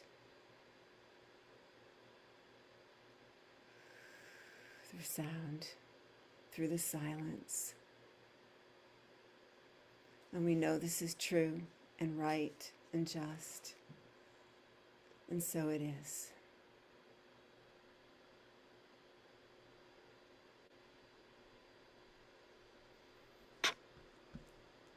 As always, let's take a minute of silence where we come together. I'll go to gallery view, where we come together and everybody can send their own prayer, harnessing all the energy of our Global Peace Tribe, those who are watching in the Zoom room, those who are watching the recordings, and sending prayers for whatever is important to you and alive in your heart.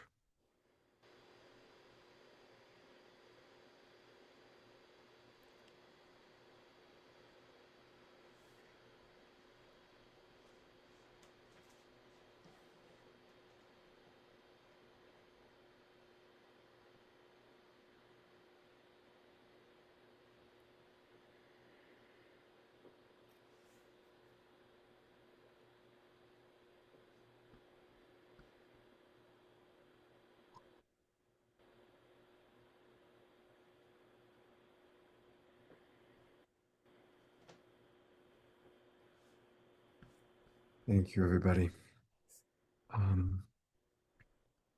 Couple of final announcements for right now. Just again, I noticed Scotty or George Noble wanted to know about what's happening in Santa Cruz, and it's the Edge of Evolution, August 13 to 16. If you go to edgeofevolutionevent.com, and then it requires a code. This is invitational only. It's not open to the public, but Scarlett really loves our Global Peace Tribers. She knows that we have the consciousness that's appropriate to attend. It's a limited number of participants. So actually, to even get into the website, and I put it into the chat box, you go to edgeofevolutionevent.com, and then you have to use a code to even get into the website. And the code is big E, little O, big E, as in Edge of Evolution, 2026. So that's how you get in, and check it out. I think that it's going to be quite amazing. I am planning on attending, and sure hope that some of us go to that together, and then we head down to San Diego to be with our beloved Victoria and Dr. Larry. And again, I want to thank them both for just a remarkable, remarkable show tonight. Also, Victoria did put into the chat box the link to, if you want to hear when she channeled the Founding Fathers, and I'm going to go to that link. If you go to her website, Victoria Shaw, intuitive.com, and it's episode 218, Finding Your Freedom. Episode 218, Finding Your Freedom. And you can find that on her website. So that's pretty cool. Also, always like to let people know about what's coming up. And our next show is going to be another collaboration with our wonderful, beloved Reverend Jeffrey Colbrook. He's put together another great show. And I want to acknowledge that Omashar is really the producer of this show. I produce a lot of the shows, but this is an Omashar and Reverend Jeffrey production, where we will be celebrating creating peace through inspirational music and the wisdom of Ernest Holmes. And there's a lot of wonderful guests. It's going to be a pretty full show. So that's going to be on Wednesday night, July 8th, our next show. And then a week from tonight, it's our monthly Soul Search show. So we've got more psychics and healers coming, and that's going to be next Saturday night, a week from tonight. Ah, what a show. Thank you, everybody, so much. I'm going to go to gallery view one last time. Big love to each and every one of you. Oh my God, Dr. Larry is still with us. He is, what a gift, what a blessing. And Rihanna Skywalker and Trisha and Adora's birthday and Brenda and Susan and Doug May and all of you. I feel like Dorothy's saying goodbye to everybody at the end of The Wizard of Oz. And oh, Mashar, you were in my dream too. God's blessings, everybody. Have a wonderful weekend. Happy celebration to our country. And show this recording to people. This is a good one to introduce people to the Awakening